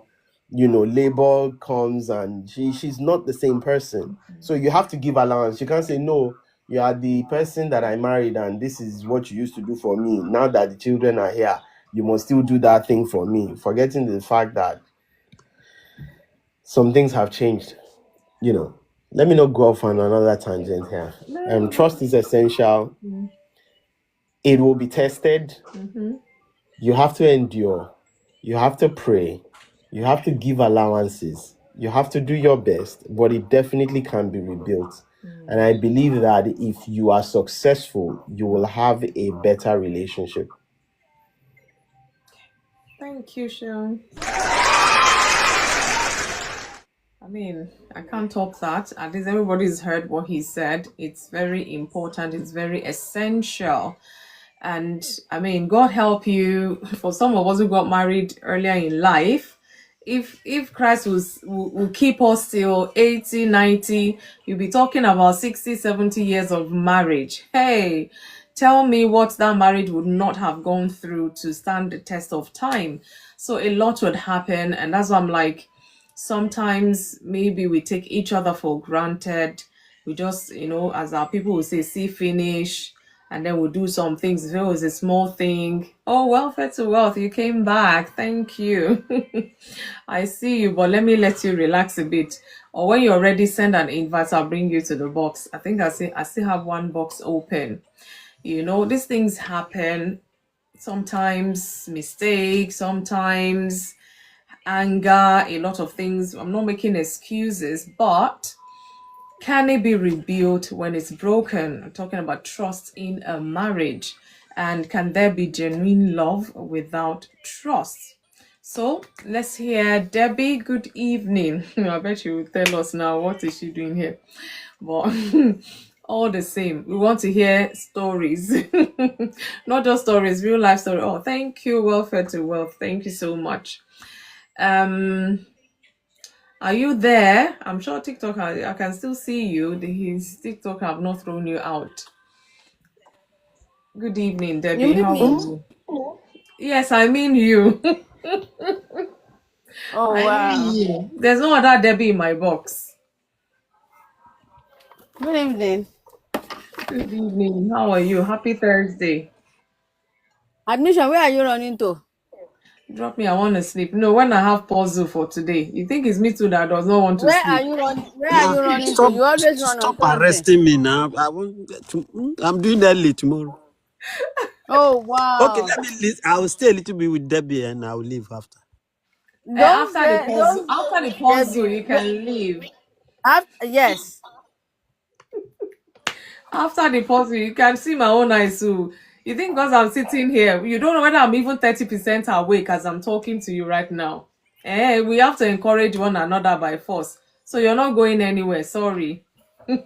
So if you want, let everybody say their views or their submissions quickly. Maybe we can finish 10:30. So that way it's still early. I want to believe it's early for some of us to even go and sleep. So, Debbie, let's hear you. We're talking about trust in marriage. Yeah, I'll say it. Trust in marriage. And then if this trust is broken, can it be amended? Can it go back to what it used to be? What do you think? Oh wow, thank you, welfare to wait. I've told you to come and adopt me. You refuse. Thank you. Oh, no, yeah, I see you there. Well, I think when it comes to trust, I believe trust you can't trust anybody to 100%. We are all human. Human tends to make mistake, fall or something. But you should be able to trust whoever you chose to spend your life with to a very high extent. When I say you can't trust everybody to 100%, I mean the things you are not able to trust them with will be minor things. Like Mr. Sean said, if his wife said she's starting the gym, she might start today and not go tomorrow. He doesn't trust her. That does not mean he doesn't trust her with vital and Of important course. things. So, Yeah. but he knows that there are some decisions my wife can make that even me I know.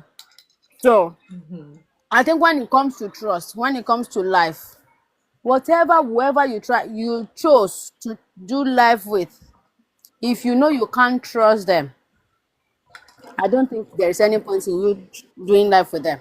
No. How do you say you love somebody without trusting the person? I always say something about me when I meet people, either male or female. I don't tell you how you should behave. I let you do yourself. Your attitude will show to me if I can trust you. I will trust you to behave like normal human being. Ah. Then you will now decide if that trust can yield or not. So I believe before you can make decision that, oh, this person, now I've chosen this person to be my spouse or something, I believe you've trusted them to some extent about your life. When it comes to trust, it's on different level. Your career, can you trust this person with your health? Can you trust this person with your money? Can they be trusted with making decisions that could affect your life, your children's life, and all that? If you have checked all that, and TikTok is beginning to misbehave now. We Can can you still see hear you. me? I can hear you, but I can't even see any red bar in your box, so it's I okay. don't know. Okay, it's not no, whatever is showing on my screen. I don't know what it is. Oh. Anyway, I believe you should be able to trust whoever you chose to some extent. Even if you can't trust them 100%, and whatever you can't trust them with will be something that is not gonna affect anybody. When you say if trust is broken, can it be rebuilt? I don't know about some people. There are some of us that we don't know. What Even God, what even don't you know? even God is having mercy on us. There are some of us like that we don't know. Even God is having mercy on us for now. I can't say. I'm not married yet, so I don't know. But there are some things that can happen in marriage that I don't think when the trust is broken on that level, it can be repaired. Because I believe, the reason I said I don't know is because I believe what's happened. I can't see my screen though, so I don't know if any. We can see you, we can hear you. Okay. Yeah, we can see you. We can hear you. I'll She see. don't trust. It's because she don't trust Gazi. Oh wow, who is that? Oh my goodness. Oh, no, no, no. I hope you did not press that button. Wow. Okay, I think she's coming back. Seriously, Debbie? Seriously? Wait, wait. Who said something that made TikTok to drop me? Is it TikTok that drop you or you press that button that is showing on your screen? No. Okay, oh, at least TikTok has brought you back. Oh, Okay. Oh, okay. You people.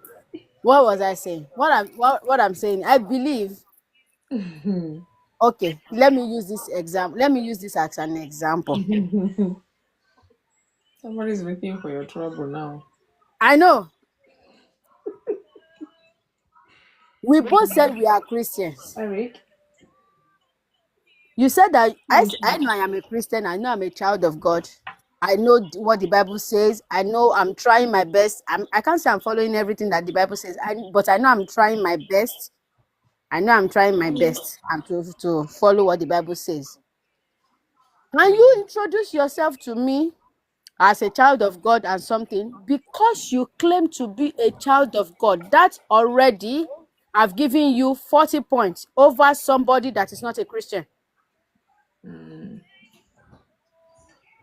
That's how I see life.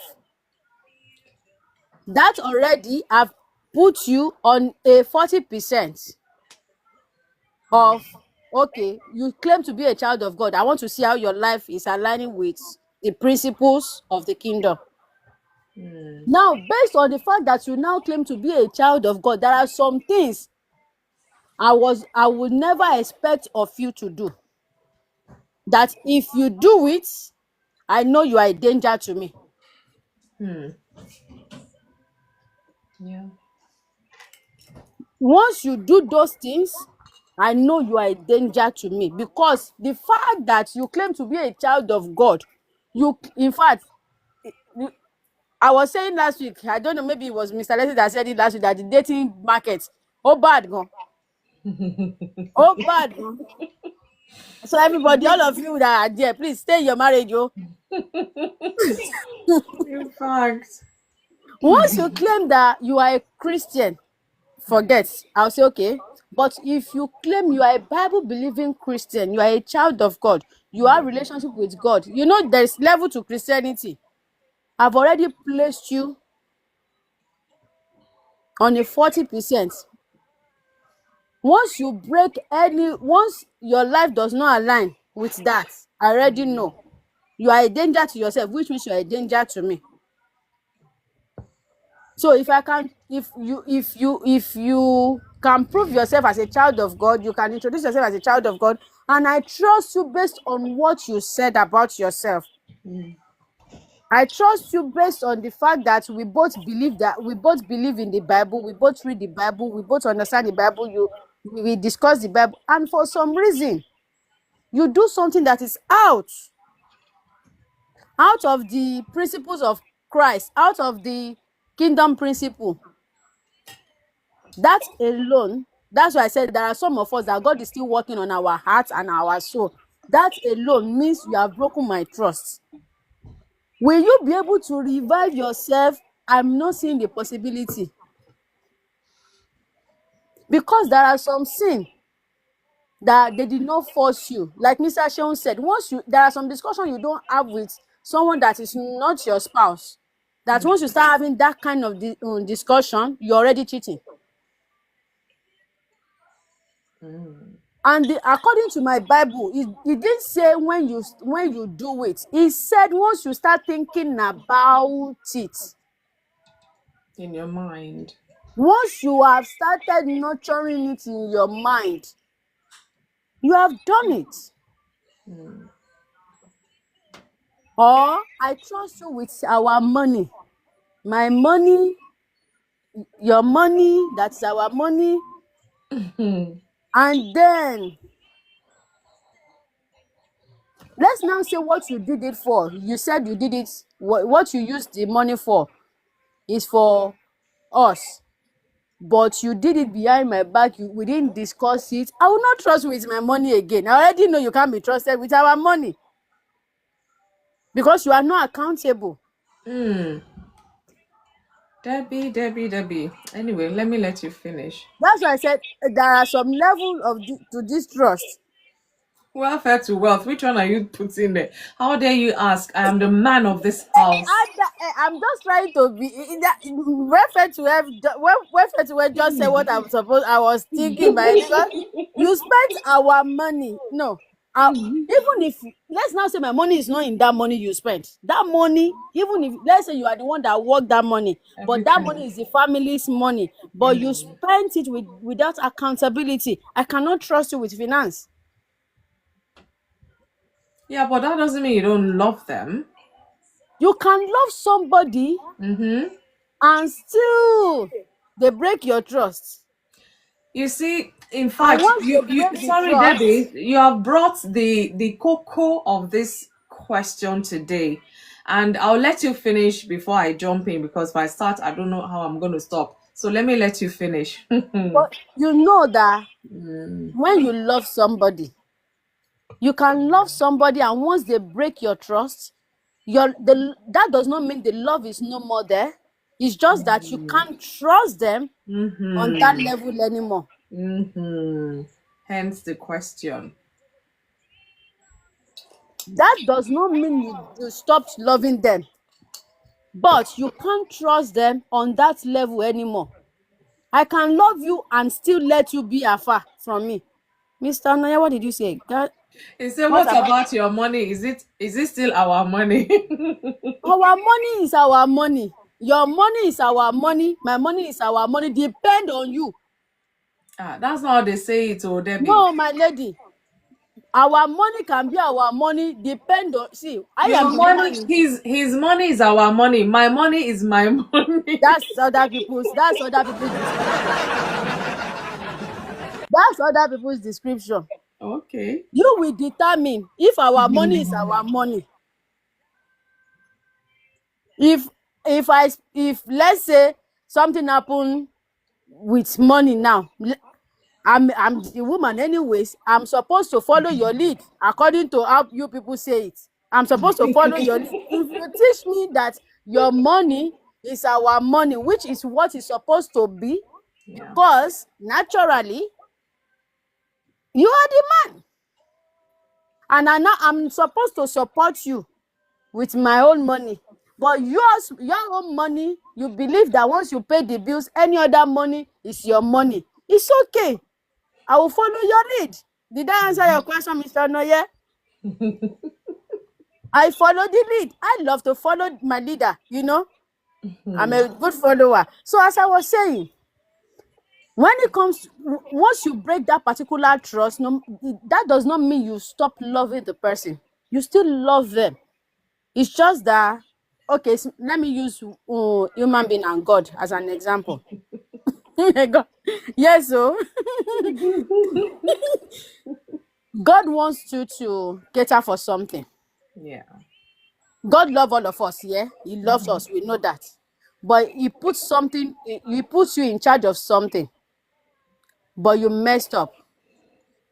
Does that mean God stop loving you? No. No, it's just that he can take that assignment from you because your messing up will affect some people's destiny one way or the other. So it will take that assignment away from you and give it to somebody else. That does not mean God stop loving you. So that's how I believe love runs. It doesn't mean you stop loving that person. It's just that you cannot trust them with your life again. But when it comes to human being, as much as you don't stop loving them because of that, and you can't trust them because of that, that is where that love starts deteriorating. The only love that does not deteriorate is God's love. Some of us, we can love you and still punish you. No, I'm not. I'm just saying. It's only God that Is shows that a mercy. confession? No. I've said it, sir, that some of us we are still asking God for mercy every day. It's only God that shows mercy. Some of us, you can decide now that, oh, somebody like you, okay, God forbid, you are my husband now. You are now looking at somebody. They are not looking at you. You are the one looking at them, or they are looking at you. You did not look away. You did not. When they say flee from every appearance, they did not say flee from evil. Every appearance is Yeah, everything that looks like evil. You did not flee. You stayed there. You are enjoying the attention. Let me catch you. Truth is that you say your You mind. see that? No. Because at the end of the day, once you start nurturing that thought, you have done it. To me, I believe you have done it. So I'll say trust is actually very, very, very important in any form of relationship. Any form of relationship. Be it marriage, be it friendship, be it any form of relationship. You should be trustworthy. You should be trustworthy. Your spouse should be able to sleep and be able to say, it's okay. Not when, like me, Lady Susan said, not when you say you are in Asda and something happened, you didn't find what you went to look for in Asda. You now get to Tesco, they now ask you, oh, what happened? You don't you if your decision is actually clean, if your journey is actually clean, you just, it's easy to say, oh, I couldn't find it in Tesco, I quickly went to Asda. it's fine. But when it's not clean, that's when you will not pick call when they call you or something. That alone is already giving your partner a doubting mind towards you. And once you start sowing that doubt in them, once you start giving them a glimpse of something like that, even when you are not doing it, even when it's not looking like it, they start suspecting what is not supposed to be suspected. So trust is not just something you build once and you believe you built it. It's something you continuously work on over time. It's something you build and you maintain. Not just build it and leave it there. You build it and you maintain. You live whatever truth you have introduced yourself to be, you live it like that. You live that life and you maintain that life. As you grow, maybe you married in your 20s, in your 30s, as you grow in life, your understanding is changing, your wisdom is improving. You carry your spouse along so that when you are making decision, they will be able to trust you, that you still have them in their mind. The only problem a lot of people have is that creates doubting mind is when you are growing, you just believe it's my spouse, familiarity. Oh, she will understand. I understand. He knows I can't do him any harm. But sir, you are doing extra shifts. You know you can't do him any harm, but you are making decisions like you are just the one in the boat. Joy Giver, I see you. One way or the other, you are killing the trust they have for you. It's not until you cheat. Oh, sometimes you are not cheating with human being. You are cheating with your job. Sometimes you are cheating on your spouse with your job. Sometimes you are cheating with your spouse on your spouse with what is it called, with even your religion. So it's not only until we look at another human being that we are cheating. It can be with other things. Thank So you, 13. please, for my fellow singles, if you know you cannot be trusted, work on yourself. If you know you don't trust yourself, because trust should start from yourself before you give it to others, work on yourself. And if you know this person you want to, that is looking at you or you are looking at, you can't really trust them like that with your life. Marriage journey is far. Ask all the people on this platform, they will tell you it's far. Think about It's it very well. long. It's too And it long for you comes with long suffering. it's too long for you to enter and not be, you know. Really, May the Lord darling. help us. Amen. Amen. Thank you. Thank you. So to everybody that have spoken, let me not spoil it.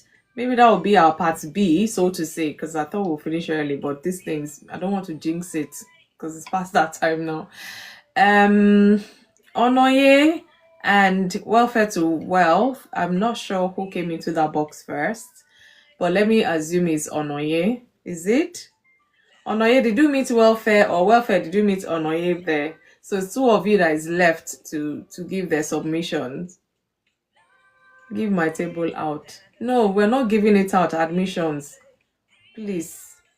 Okay, I'll come to Onoye, then I'll come to welfare to wealth. Onoye, good evening. How are you? Okay, good evening, and you? Yeah, I'm good. Tired, but good. Thank God. So I don't know what your take is. I mean, you've heard some of our speakers. I'm not sure whether you were here when I gave my talk, but we're asking, can there be genuine love without trust? And then if that trust is broken, can it be rebuilt? In marriage, anyways. The way you put it in genuine love, is there any kind of a tester we can use to test Well, you the know love what we is need. I real? mean, it's always good to look deeper. That's why everybody's bringing their perspective. So share with us. If you think there's nothing so called, love is love. There's no qualification of it, whether genuine or fake. Exactly. Yeah, you tell us. Yeah, for me, I think love is love. Okay. There is no metric to test the love if the love is genuine. There's nothing to test it. So love is love. Wow. Okay, They are, Sean. Thank you. I think trust is a very it's a big word. To me, I think trust is a big word. Okay. But even though trust and belief have a very similar definitions and beliefs to look at, but there's a little tiny line in between. Because someone can easily believe you for things that he hasn't seen, just believe you, just take faith about it, and just believe you and do things with you. Then when it comes to trust, like as I say, trust is being built. So it's something you have to be consciously building all the time. So trust it becomes a kind of a safety we say is a watchword. So we're constantly building the trust. We're constantly looking at it and it keep going, it keep going, it keep going. Just like the way some of the paladins have said, life is not static, people change. Mm-hmm. So if we believe that people change, so we cannot just leave so our trust, in other words, our trust is fragile. So we keep holding it carefully, we keep building it, we keep nurturing it, we keep looking at the thing. So it means that we keep communicating, we keep on doing things openly. So you keep on and on like that. So trust is not something that is okay. I build my trust for 5 years, so therefore I trust this person now. No, we are still living. The person who you trust today, in the next 20 years, the person might just change. Since we say people change, behavior change, character change, Yeah. people change their view. It's something we keep on building. Keep on building. So that's why I see the thing about trust is continuous building it. Okay. Then maybe for eventually those who have built their trust to some certain level and then they broke the trust and they say, can trust be rebuilt? I think rebuilding of trust comes with a whole lot of consequences. If we even look from the angles of Debbie, who has been preaching the Bible since, we can even see God did not even trust you anymore. Since when Adam and Eve did whatever they disobedient in the Garden of Eden, he took them off. So, and it says, if you want to prove your trust, now prove your salvation. It become personal. Before salvation was given free. So if you want to gain your salvation back, you have to work for it now. Yeah. Walk your process to the salvations and then also go and pick the tree of life. So when somebody have actually given you his trust and then you broke the trust, the consequences is for you to walk back yourself again so that the person can regain your trust and rebuild it again. And most time, some people don't build it back because the consequences and the responsibility to build back that trust is very big. They say once hit, twice shy. Yeah. Wow. So if we talk about trust, how many people are we trust? Even though they trust us, how come they're still putting CCTV everywhere? Everywhere we go, if there's a trust, I wonder. we pushing about trust. Every CCTV is everywhere. The police are patrolling all the time. Even with the camera on the traffic light, they are still there chasing you. You have to see if you will keep to the trust of the rules. Anyway, We hear you. as how the Bible put it in, I know Debbie is a pastor. How the Bible put it in, is it Jeremiah 10:20 or Jeremiah 10:20? It said, he that trusts in a man's, the hands will look like a desert. That the hands is like a palm will be like a desert. That the grass will never grow. So Bible even warn you about trusting a human being. You can't even trust human being. Even the Bible warns you about that kind of a Is it trust. trust in the Lord with all your heart? That And is only lean the Lord. lean not on your own understanding. In all your ways, acknowledge Him, and Yeah, He'll direct your path. you, Yeah. you can only trust in the Lord, but not that one. You go to that Jeremiah 20 or 10, it says, say, he that trusts in a man's, a life will be like a palm of the desert that head doesn't grow.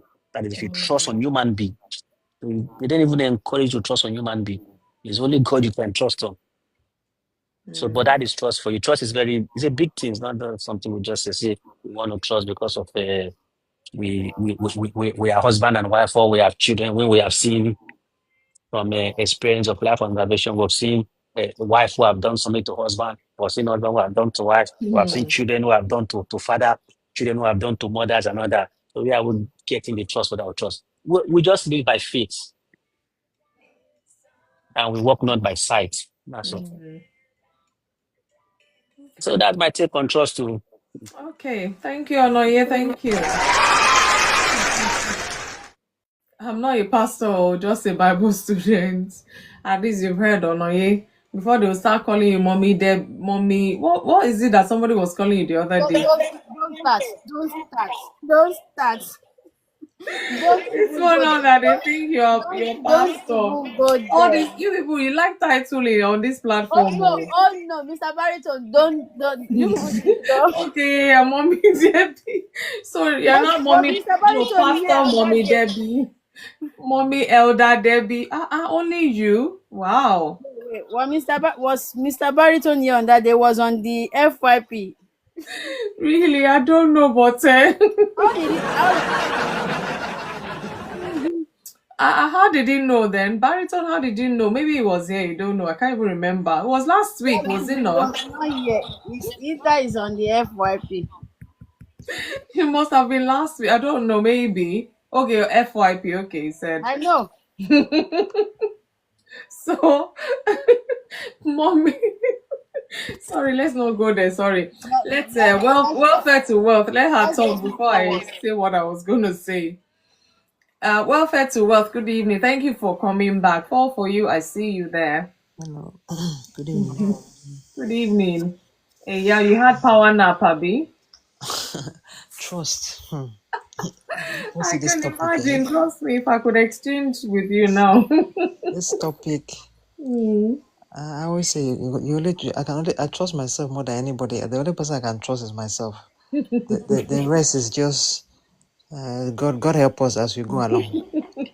Amen. But really, the institution of marriage should be one in which you do have to trust someone or be able to rely on somebody else. Because put it this way, getting married to somebody is a form of exposure.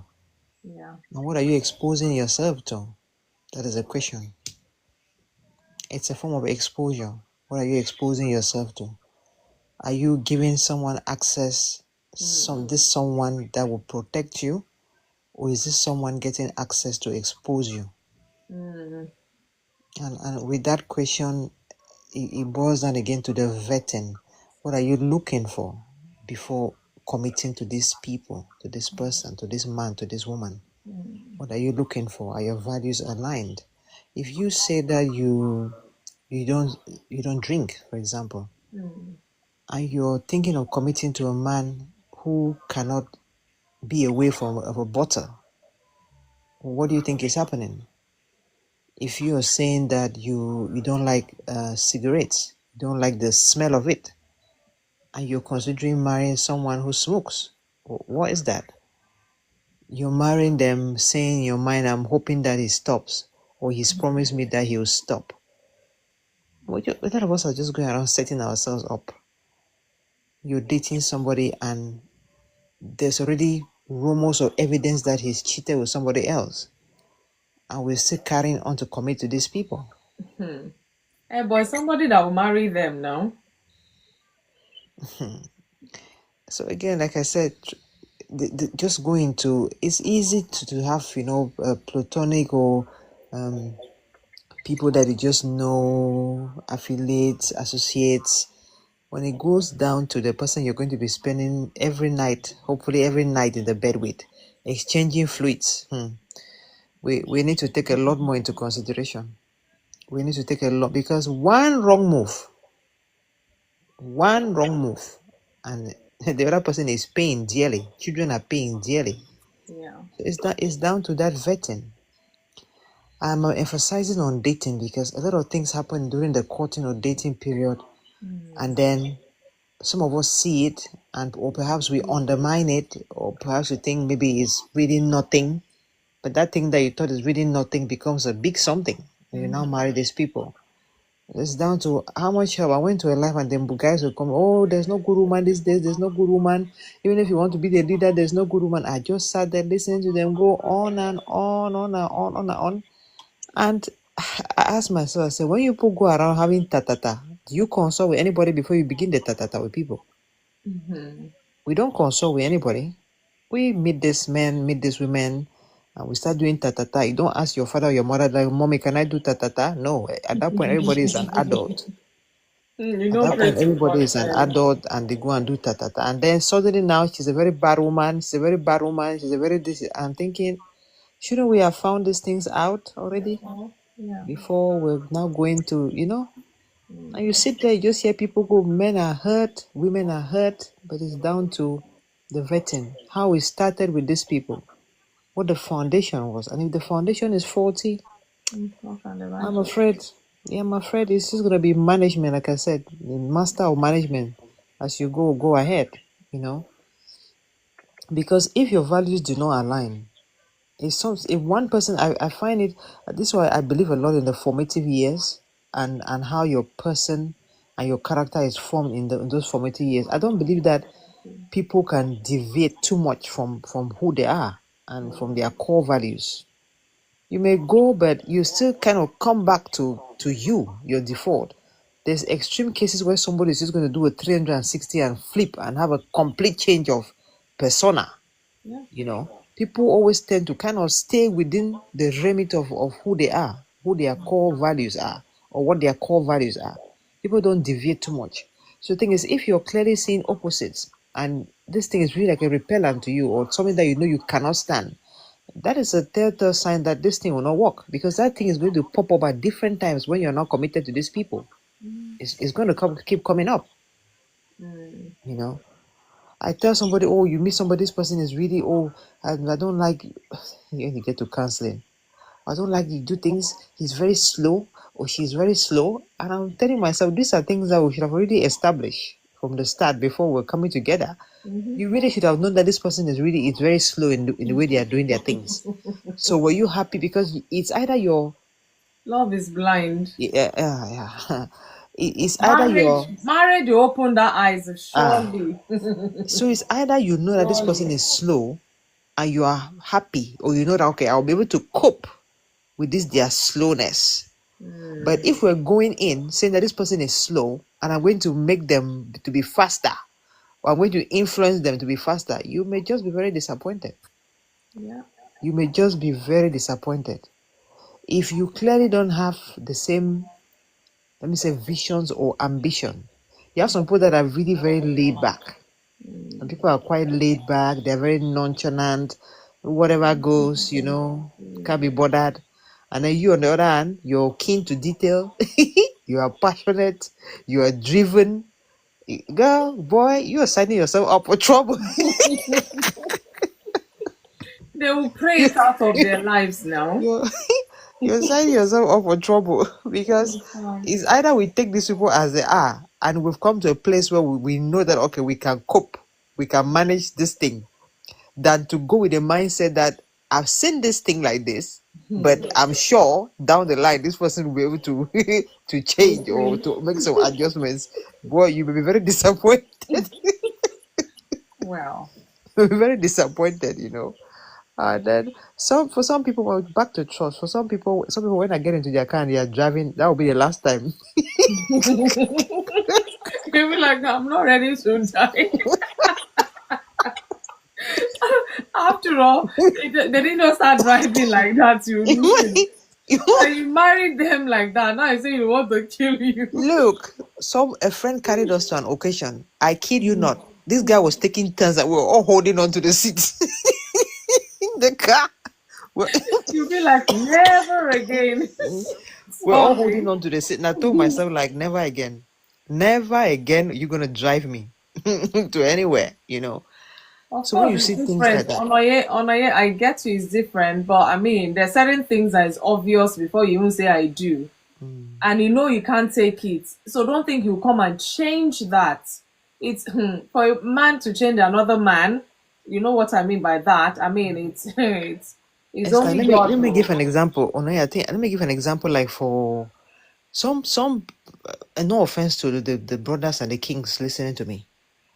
You would know that you like a chubby woman, for example, or vice versa. And then you see a girl who's a size 6, size 8 model, and you go for her. And then down the line, you start saying she needs to put on a bit more beef. Or the other way around, you want a skinny girl, you go for a chubby girl, then you're putting pressure on her all the time. Let's go to gym, let's go to gym, you need to lose some weight. not That's evil now. That's evil. not kind. There's no other way for it. There's no other word for it. That's evil. People just go for what you want. You know, because somebody may say, oh, yes, you can't just bring, you can't. I do agree that a marriage, relationships, people will grow, people evolve, and it kind of shapes. We all get shaped and sharpened, adjustment. But look at the example of somebody who is slim and you want them to become big. And somebody will tell you that it's reasonable to expect somebody to become big or reasonable for a chubby person to become small. In somebody's mind, they will see that like what is reasonable. It's not too much to ask. It is too much to ask. Yeah. Because when we start expecting people to have a complete change of who they are, either a complete change of their core values, which you knew already before going to them, that's evil. That is not what I'll call an adjustment. But yes, if you marry somebody who is perhaps untidy, maybe they throw their clothes on the floor. I can say people need to, that's something that you can work on to say, instead of throwing your clothes on the floor, can you put them in the laundry basket? That's something that you can work on. But it's like you marry me, are you telling me that you see this, your head like that is too big, I need you to reduce it. What do you want me to do? This is something core. This is me. You want me to reduce it? How? What do you mean? So I think we need to kind of differentiate the Let things me that make are. you laugh. Sorry, welcome to work. Let me make you laugh. I think it was my husband telling me this story of somebody. They've been married for years, and then this woman started misbehaving somehow, and the family called them together. What is wrong with you? Why are you not respecting your husband? Why are you not whatever? She said the man, or whether married or not, something like that. But the issue was that the man refused to grow pot belly. And I mean, I could not stop laughing. Said the man refused to grow pot belly. That's why she doesn't want to marry again, or she doesn't want to marry him, or something like that. Wow. I mean, Pot belly that people are running away from to keep slim and one fit man's and meat is healthy. another man's poison. Exactly. I think it's a gentleman baritone. I think he said, "Is there reasonable is reasonable change expect? I mean, expected. I think he meant Effectively. expected." I agree. I think that's one of the last things I just said. I think some things like the example that I gave with somebody throwing their laundry, being untidy. Someone who's Yeah, untidy, you can make that's an effort to reasonable be more enough. tidy. But the size of my head, my brother, what are you going to do to change the size of my head? Not What's your plan? panel it. What is your plan with the size of my head? What's the plan of that? You're going to do what to change it? I gave the example of somebody who's slim versus chubby. There are some people that, if you look at the mother, they are slim. Every person in that family is slim. You know that you want chubby women. So what are you doing with a slim girl? They want to overfeed her, so she will grow chubby. That's the thing. What People are you do doing with grow a slim chubby, you girl? know. And vice versa. You see some women, maybe somebody, I mean, a lot of us, we have a tendency to put on weight after we have children. Oh. You see somebody who is chubby or they put on weight and you are on their case. Gym, go to the gym, see how you're become too big. Look at the Suzanne on the other side. Look at this one. We are all different, guys. The stress that goes on with women when that whole thing about pregnancy, it affects people differently, and I feel that is very unkind when somebody that you're supposed to trust, somebody that is supposed to protect you, is the one pulling you down because they had your child and you're on about her body, how this has changed, how that has changed, how your mother has 6 children but she still looks slim, how Suzanne on the other end has snapped back. It's not fair. It's not fair. So for me, if you like slim women, please, by all means, find yourself a slim woman. If you want chubby, by all means. So yes, there's reasonable adjustment, what we call reasonable adjustment, but some things are very unreasonable. And that's what I'm talking about core. When you have people's core values, don't expect You them to can go change. lighter to Don't bleach expect her them to skin. change. You know, somebody who's a bad driver, I don't know, maybe they can improve their driving. But until then, when you're on the wheel and panicking, so I'd rather not be in that car. I'd rather not be in that car. It's the same with money. Some people say, okay, when you hear people say, I don't trust him. Somebody said it. So if I want to do a business and my wife wants to support me and she's saying that she wants some profit from it, when I hear that, I hear trust issues. Something would have happened with money before. And now this woman or this man is shy. They don't want to go down this path to you because something has happened before with money. You know this word that we say, trust, like respect, I think is earned. Because yes, I trust you. Yes, I would like to trust you. Welfare, But I think baritone is addressing something if what's for he you. saying? Some of our sisters don't help it there. Let go of themselves once pregnancy comes. Well, my dear brother, you've never been pregnant and you'll never be pregnant. So forgive me if I say you don't have to speak when it comes to pregnancy. Forgive me. Yeah, because that statement suggests to me that you're comparing Mary versus Susan. Respectfully, that's what I would say on that. But yes, I do agree that some women can live from size 10 to size 14 or size 16 overnight. I've seen that happen. If you grow up in Africa, when women have children, they feed us. Eat so you can breastfeed. Eat so you can breastfeed. Your paternal parents will be feeding, maternal parents will be feeding, grandmother, village neighbors, everybody is feeding you. If you're not careful, yes, there's a tendency that you explode. Yeah, but I'll speak for myself. Until I had my first, I was pregnant with my first child. Before I understood that, according to the white, let me say the white man, they say when you're pregnant, you're supposed to eat normally. You're always supposed to eat an extra loaf of bread in your third semester or trimester. Is it semester or trimester now? Trimester. So you're supposed to eat normally, and if you are eating 2 slices of bread, you're only allowed in the third trimester to eat a third slice of bread, just to give your baby the extra weight for the last 3 months before they come out. I never knew that. Wow. I never knew that.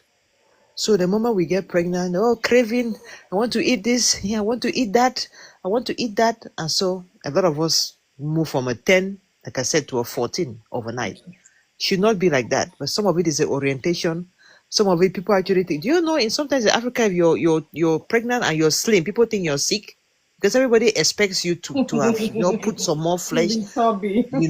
So it takes a combination of awareness, knowledge. Like I said, there's some things that I already knew when I got pregnant myself, and Yeah. maybe just ignoring, all the food they are trying to give you and for you to eat and all of that. It's a combination of things. But I dare also say that your husband, as a woman, your husband can play a very important role in during that time for you as a supportive role. Whether it's through helping, whether it's through help, because for a lot of women also put on weight because of stress. A lot of women also put on weight because of stress. So every little help, and once, have you seen the size of that tummy, my brother? The tummy goes from flat, and depending on the weight, I mean, if you eat and eat and eat, that's how big and big and big the thing comes. But whatever the case, there's some level of expanding, and so that tummy is not just to go back to your navel after 2 days. But now what you now do, there's a process. Now, once you have that child, there's some things that you need to do consistently to get you somewhere as close as you were before. That's where support comes in. If that woman cannot have 3 seconds away from the baby, how do you want her to go and snap back? If she cannot have 3 seconds away from the baby, not to sleep, 3 seconds away from the baby, as she's carrying the baby into the toilet, she's sleeping with the baby, she cannot have 3 seconds away from the baby. When is she going to have time to go and wrap up that tummy? Use hot water, use that, where is she going to have the time? That's why I said all the support. So please, if you don't like your woman to move from 10 to 12, when she gets pregnant, help her with the nutrition, help her with the emotional support, help her with the exercises on the go. It helps build the trust some more, really. Exactly, and help up after, because this is the times when some people carry fine, and then when they put to bed now during the breastfeeding, that's when they put on some weight. Some people put on some weight the moment they carry, so every little helps. Okay. But all I can say is that is all different for women. I really would not encourage people to say Susan was like that, Mary is like that. No, because for some people, some women get sick from the day they conceive. They start feeling sick from the day they conceive. Swollen feet, swollen this, swollen that, high BP. Some people they carry Have you through. not heard of women who were chubby, got pregnant, they became skinny? Exactly. Some people they carry through myself. I carried fine. I had my own drama came during when I was about to have the Okay. I child. think Bariton is saying that that's not what he meant. Let's see. Sorry. Okay. My point So wasn't about 10 to 12. That is nothing. Let's address the point there. I even said 10 to 14. At 12 is even at what did you mean Okay, that I they think let he's go? talking about letting go of oneself. Maybe letting go of oneself is not the same. It's not the same of adding weight based on one's biological physiognomy. Maybe Barito will have to come and explain himself. I think Does that it maybe it's referring to something like letting go as in perhaps the maybe person they used to let be go, they don't look after themselves yes, anymore. Is that what themselves. you Yeah, mean? yeah, that probably that's what he means. Maybe you used to be a very, do makeup, look everywhere. Then the moment you get pregnant, you forget about everything. Yeah, you start tying Maybe wrapper because you're pregnant. Okay, that's what okay, I get you. right, right. Well, my dear, I think we all need some level of consciousness, isn't it? Maybe the same way they used to dress to attract you. I think it's one of those things where it has to be ongoing for everybody. They've trusted you that you're going to look certain parts or whenever, I don't know. And now it's like you don't even care anymore because they've married you. You're not even making any effort. I get it. So it's like the trust regarding that is broken, I guess. Yeah. And for me, even that is not it's not a big thing because it's something that can be fixed. You get what I mean? I think challenges in marriage are some of those things that are difficult to fix, or people don't even acknowledge that there's a problem. But things like that, my brother Baritone, things like that, if you've got a conscious partner, you have a good rapport between yourselves, these are things that you can draw people's attention to. Yeah. You used to be like this. I really like when you dress like this. Now, maybe it's the children or maybe you're too busy, but I would really like for you to continue doing this. I And I'll think, help you and I'll and help, yeah, the chores and I'll will help come you. Exactly. I'll help you. I think my brother, that's something that can be fixed. Yeah. I see I would like to want to call what I'll call a challenge in marriage, something that is a challenge, my brother. You see that in your naming, that's something that if you have good communication and a good rapport, people can fix it. My brother, that is not a challenge. If you want to put challenge on the table, that is not a challenge. If Well, we are having problems with, it could be for some people because isn't it mentioned in fairness, in fact, some cases are just rolling through my head. And I mean, as a counselor, then I'll be like, this should not be a problem, but they is escalated because not once, twice, same marriage, So I do understand that I can actually create problem. I get it. But she's saying as well that it's a minor thing if you have communication because people are going through higher, life that's what I'm and saying. death So I'm not situation even. yeah, Yeah, I'm I not get it. undermining it, but Yeah. I'm on a positive side. I'm saying that it's actually something that can be fixed. There are some things that are a lot more challenging to fix because, for example, perhaps it's medical, as in there's no solution. Perhaps it's people not even acknowledging that there's a problem. Can you imagine when there's a problem that the devil can see, the God and the angels can see, and somebody is telling you that there's no problem? Good luck. I'll Good tell luck. you. Let me. Sorry to cut you again. Let me tell you of a scenario. In fact, this one just came to mind. Maybe to help some of us. Of a husband who was poorly and went to hospital, and they diagnosed God knows whatever, and he needed blood transfusion, and then they did the blood transfusion. I think he's in his 70s apparently. They did blood transfusion, not knowing that the blood had been contaminated with HIV. Nobody knew for whatever reason. These mistakes happen in hospital, and he was transfused and all of that. He was okay. He was discharged. Apparently, at that age, he was still meeting with his wife. So eventually, the wife started feeling sick, and then they took. She went to the hospital. They tested her. They're like, she's HIV positive, and nearly broke God knows how many 30-something years of marriage up because the man felt this woman, had betrayed him. And when they now did investigation here and there, they now found out that the man himself is carrying HIV. In fact, he was the one that passed it to the wife. Guess what the doctor said? He said, even when they found out that those blood or whatever was contaminated, they left it because he assumed that he wasn't meeting with his wife. So the man felt even more embarrassed. Like, is that the ethical thing as a doctor? Shouldn't you have called them to even have them take? It was a big mess. But the husband felt betrayed that the wife had gone somewhere. That's where she carried. The trust was broken. But at the end of the day, that is misunderstanding. Abi, how would I put it? It was an error not even on both their parts. So communication really goes a long way, because otherwise sometimes you assume certain things and it's not. In fact, it's glaring like this, that this is it. But unless you talk about things you will not know, you feel betrayed, you feel the trust has been broken and all of assumptions, yeah. And it can actually destroy the marriage before you realize the truth. Some couples have gone their way, separated or divorced, before they will now be hearing, maybe a friend of a friend said, no, this was what happened, that wasn't what happened, and the damage had been done already. I don't know where that came from, but anyways, there are more issues, when you talk in terms of trust, not, admission say flimsy things. Well, nothing is flimsy, because even these flimsy things can break up a marriage. Anyway, God will help us and give us wisdom. Sorry, woman, welfare to wealth. Yeah. So, my brother Bariton, I was not undermining what you said. I was just saying on a positive side that is something that can be fixed compared to you look at some really big things. I mean, I know a family that have got 2 children, both are autistic, severely autistic.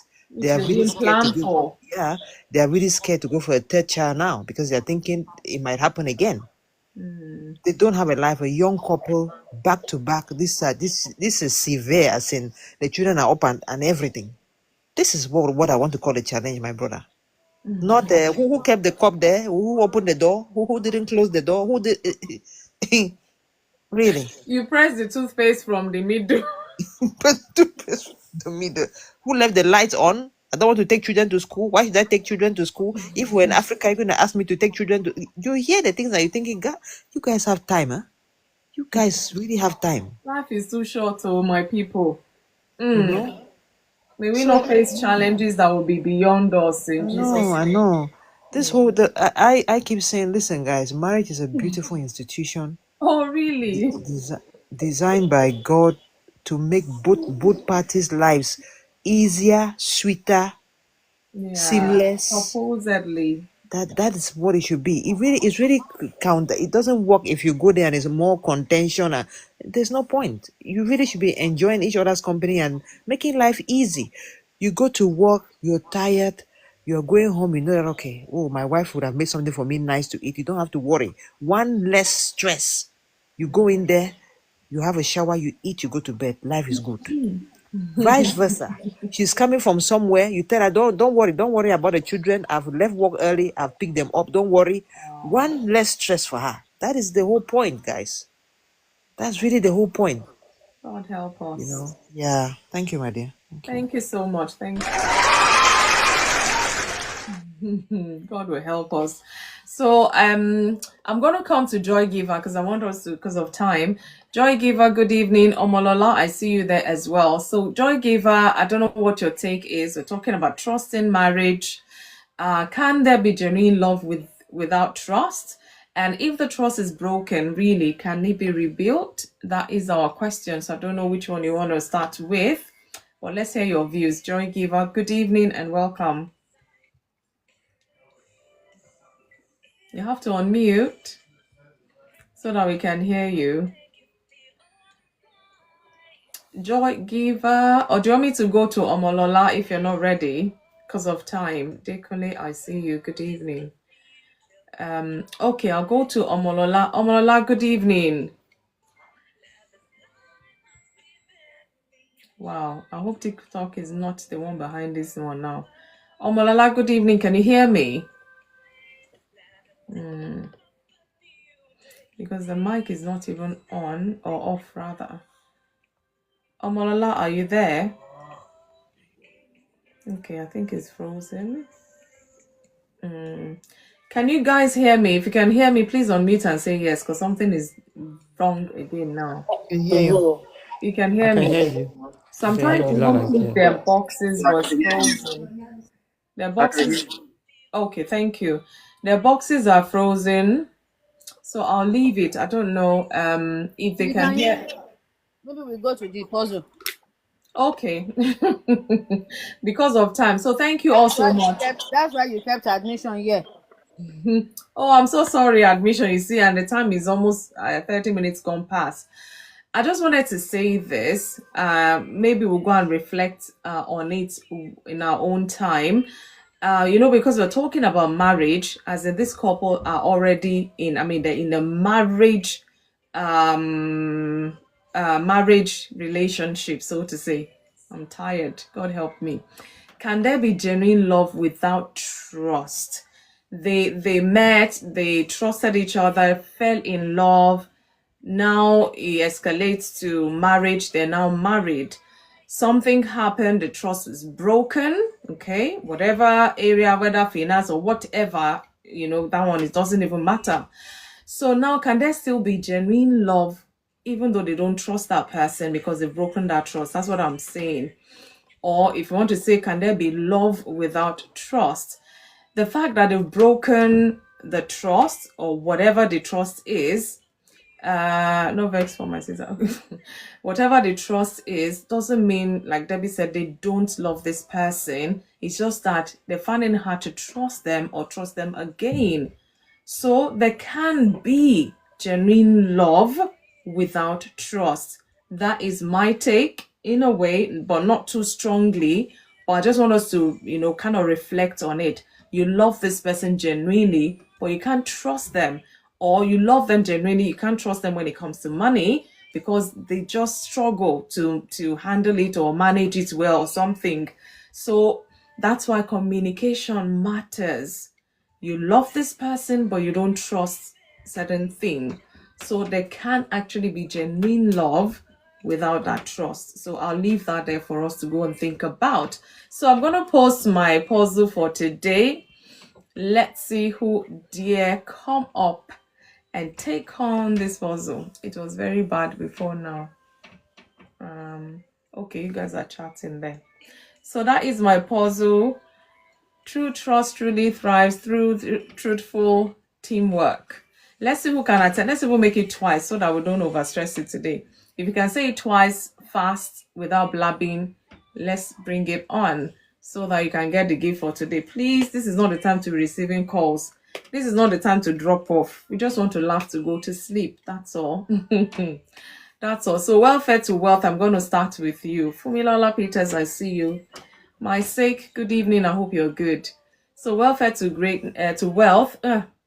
Please start us off with this puzzle. Let me post it again. Elder Debbie, copy and paste, please. Copy and paste. I didn't see Oluto today, or probably he's on his own live. I'll go and look for him. Maybe he's actually on his live because we have challenged him here. So who can say this twice, not 3 times or 2 times without blabbing and as fast as possible? Thank you, Mr. Barrington. But you have to come and say it, not repeat. Look at this, repeating. Welfare to wealth. Are you practicing? Or anybody else that wants to? Anybody else? I can't even click these people's boxes. I don't know what's happening.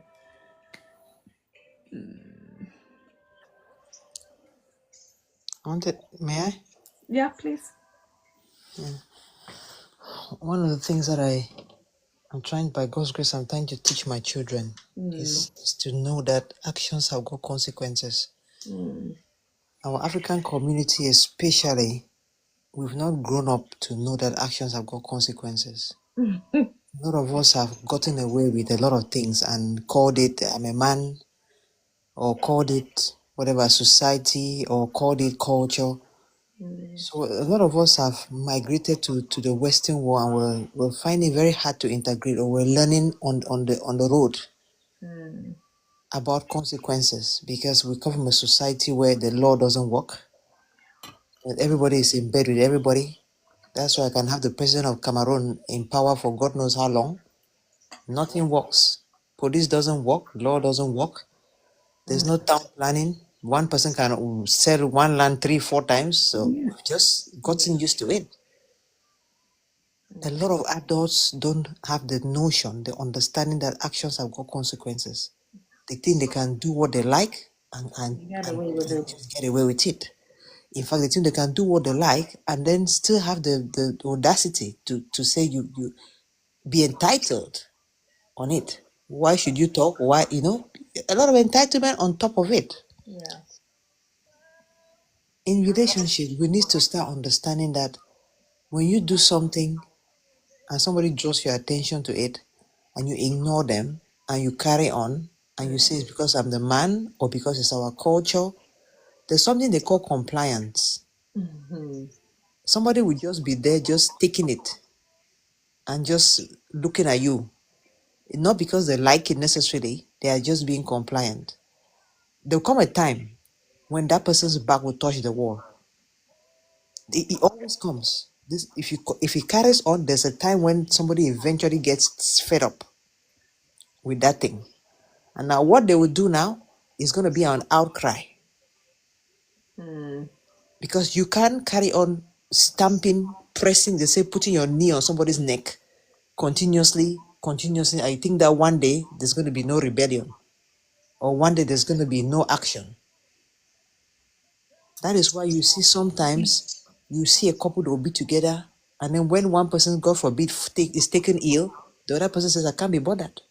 I can't be bothered because you've never bothered about me. And people will be wondering, oh, why? What happened? That is that point when they've gotten to the wall now. So please, let us know that actions have got consequences. And I feel that when it comes to marriage, that is your own personal person that God has given you. Your G's partner, the one that you say, scratch my back here, scratch my back. You know that place in your back where your hand cannot reach? And this is the person that their hand can reach that place on your back. The person that when you are, do you know how many people have died by themselves in the house? Because they had convulsion or something in the night and there was nobody there to get them help? Do we know? You have your own person that God has given you, and you people are turning face. One person has turned to face the east, and the other person has turned to face the west because there's something that nobody wants to discuss or nobody wants to address. Or somebody has told you that this is what this thing you're doing, this is how it's making me feel, and you ignore them. Ignore them. Must you talk? You are too emotional. You are too this. You are too that. Completely refusing to see the impact of what this person is telling you that this thing you're doing is having on me. Let me take lights, for example. Ladies and gentlemen, as simple as lights. One person doesn't like to sleep with lights on. You like to read, and it's only in that bedroom that you must read.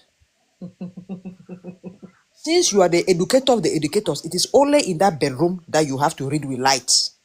There's no other place in the house where you can read.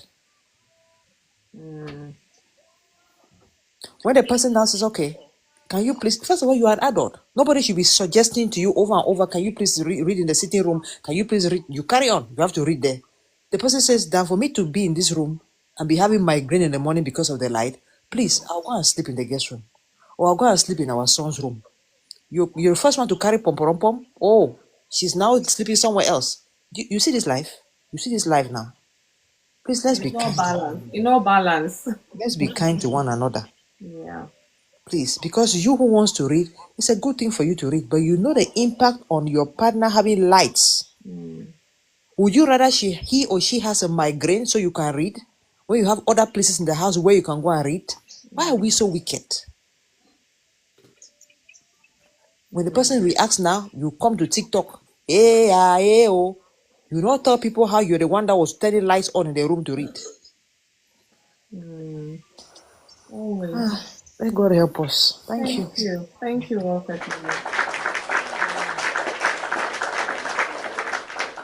I didn't realize you were coming to top up your submission. I thought you wanted to try the puzzle. Well, thank you. Good addition, really. You know, that's why I always say here that when we're not enjoying that goodness of marriage, we need to check ourselves. There's something we're not doing right, and that's why things are going like that. I'm like, we have a guide as simple as the fruit of the spirit. If everybody exhibits that alone, a lot of marriages will be thriving, I'm telling you. But pride and ego and all of that is the order of the day, and yet you want to enjoy the goodness of marriage. I don't know how that is possible. Auntie Fumi, please forgive me. Yeah. My brother Bariton just said it's not necessarily wickedness. Please, my brother, what else is it? There's other rooms in the house where you can read. Yes? There's other rooms. So,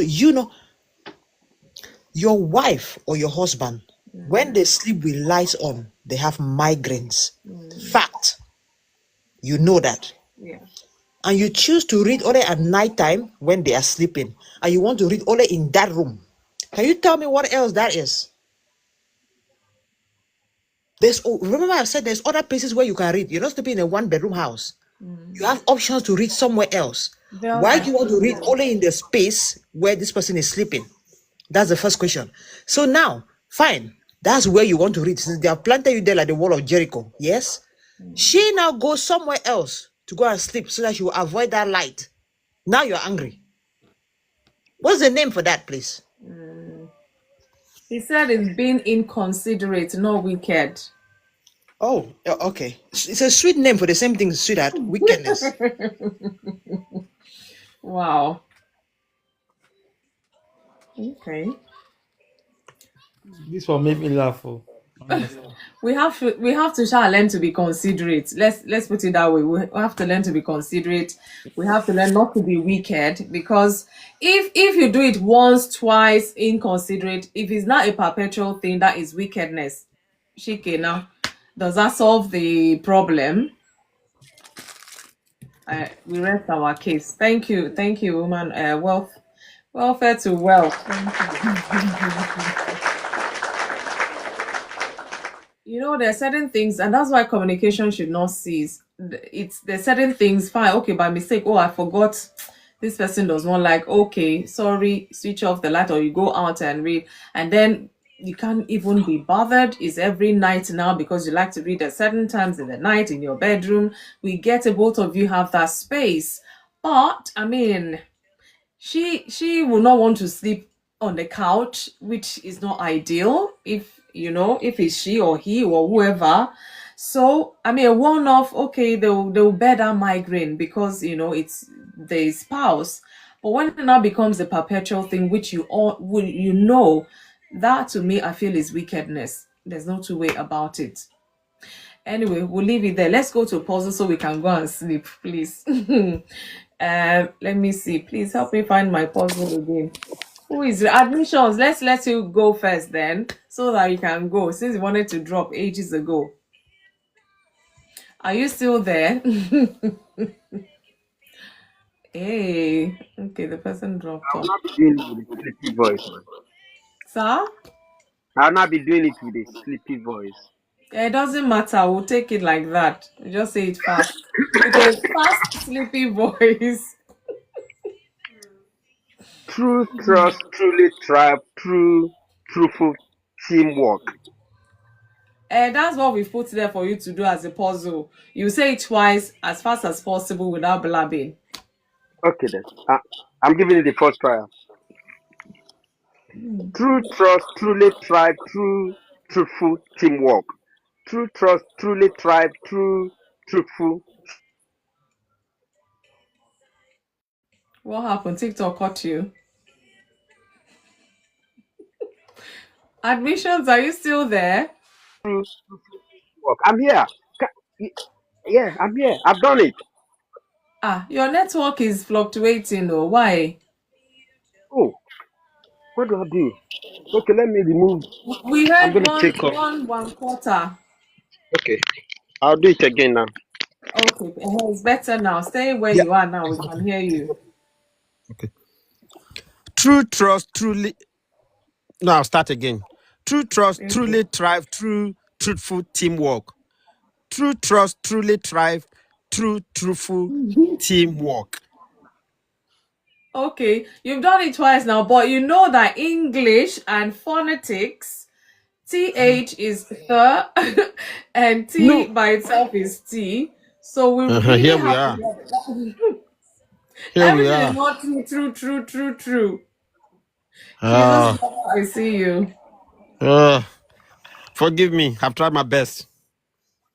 Okay, I am not doing that challenge. Oh, good night.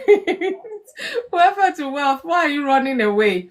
But because you are tempted, let me just give you. Oh, that's the thing now. My own screen Be is lenient, please. Thank you. I give you my best. Hey, You can do the Debbie, challenge, Joe. I'm ready. the screen is frozen. No wonder I couldn't press the microphone before. I Let me. can hear you clearly and I can see you clearly. Yeah, as in the screen, I'm trying to click the box to give the gift, but it's not clicking. Okay. Don't worry. See, you'll be back on Monday. I'm gonna have to owe you people because if I come out, I don't want to come out and call me because you're rounding up. So But Debbie, I'll keep has she trying. gone? He's still there. He's still there. She's not doing the challenge. Okay. Mr. Leslie, Uh, why are you calling my name? no, she Oh, is welfare to work to welfare to wealth saying she's not doing the challenge. Yeah. that's why I call her back. Yeah. Has she come back now? She's still there. She's still in the box, but Uh, it's like the coffee mug. okay, I'm going to do it now. Then Okay, try it. Let's see. Let me I'll press check. again. Yes, go True on. trust truly thrive through truthful teamwork. True trust truly thrive through truthful teamwork. You tried. Okay. Let me clap. I think the clap is working. I've done the puzzle today. Oh, maybe TikTok has frozen Today my is meeting, so I don't understand. today is a very rare day because normally I don't like doing puzzle, but today is a rare day. We It's one thank of those God that days it's a in life. rare day. So, are we going according to the box? So, Kenneth, it's your turn. True trust, true the drive, true food teamwork, true trust, true the drive, true teamwork. Well done. You tried too. Well done. My apologies, though. Don't worry. I'll have to do extra when next we're on Monday. Oh, well done, Mr. Kenneth. Susan, oh Susan, don't tell me you're sleeping now. Susan, are you still there? Let me see. Let me post it one more time. Oh yeah, Joy Giver. I don't even know. Even his own, I can't press. Nothing is pressing. Oh yeah, Debbie, your turn, and then we can round up for tonight. Hey, hey. Let me see. Let me try. Oh, no. Where is it? Okay. Is there? I posted it. I've seen it. Okay. Okay, TikTok, behave yourself. True trust truly thrive through truthful teamwork. True trust truly thrive through truthful teamwork. Okay. Well done. Thank you. Not too bad after all. All of you, thank you so much for always making it fun here. Thank you so much for all your contribution, your submission. I mean, after this live, the thing is, we all need to go and sit down, reflect on what we've heard, what we've shared, what we've talked about. Trust in our marriage. How is it? Is there trust? Has it been broken? Have we been able to rebuild it? Or we're struggling? There's help out there. And the truth of the matter is, I'll still come back to this culture. Sometimes culture affects us because some culture will say, you want to go see a counselor for what? And yet they're suffering in silence. I don't see any reason why a man, a wife, a husband, both of them go see what do you call a married counselor, to help them. Sometimes we need to learn communication skills, because communication really kills and it makes and breaks a marriage. So if we are not communicating right, sometimes we might just need help, and there's no shame in getting such help. God will help us till death do us part. As long as domestic violence is not what we're talking about here, things can happen. It might take time to heal from the broken trust, but it can be done. It can be achieved. God helping all of us. That's why we need to pray for grace. We need to pray for God's grace really to help us through. It's not easy. Imagine two people from two different worlds trying to build a world together. They will clash here and there, and God helping them, they will truly stay and build and enjoy the goodness of that marriage as God planned for them too. So thank you all so much. I wish you a wonderful, wonderful weekend ahead. Be good. Don't overwork. Don't overstress. Sleep. Take care of yourself. Self-care, as they say, and all of those things. I'm talking to myself right now.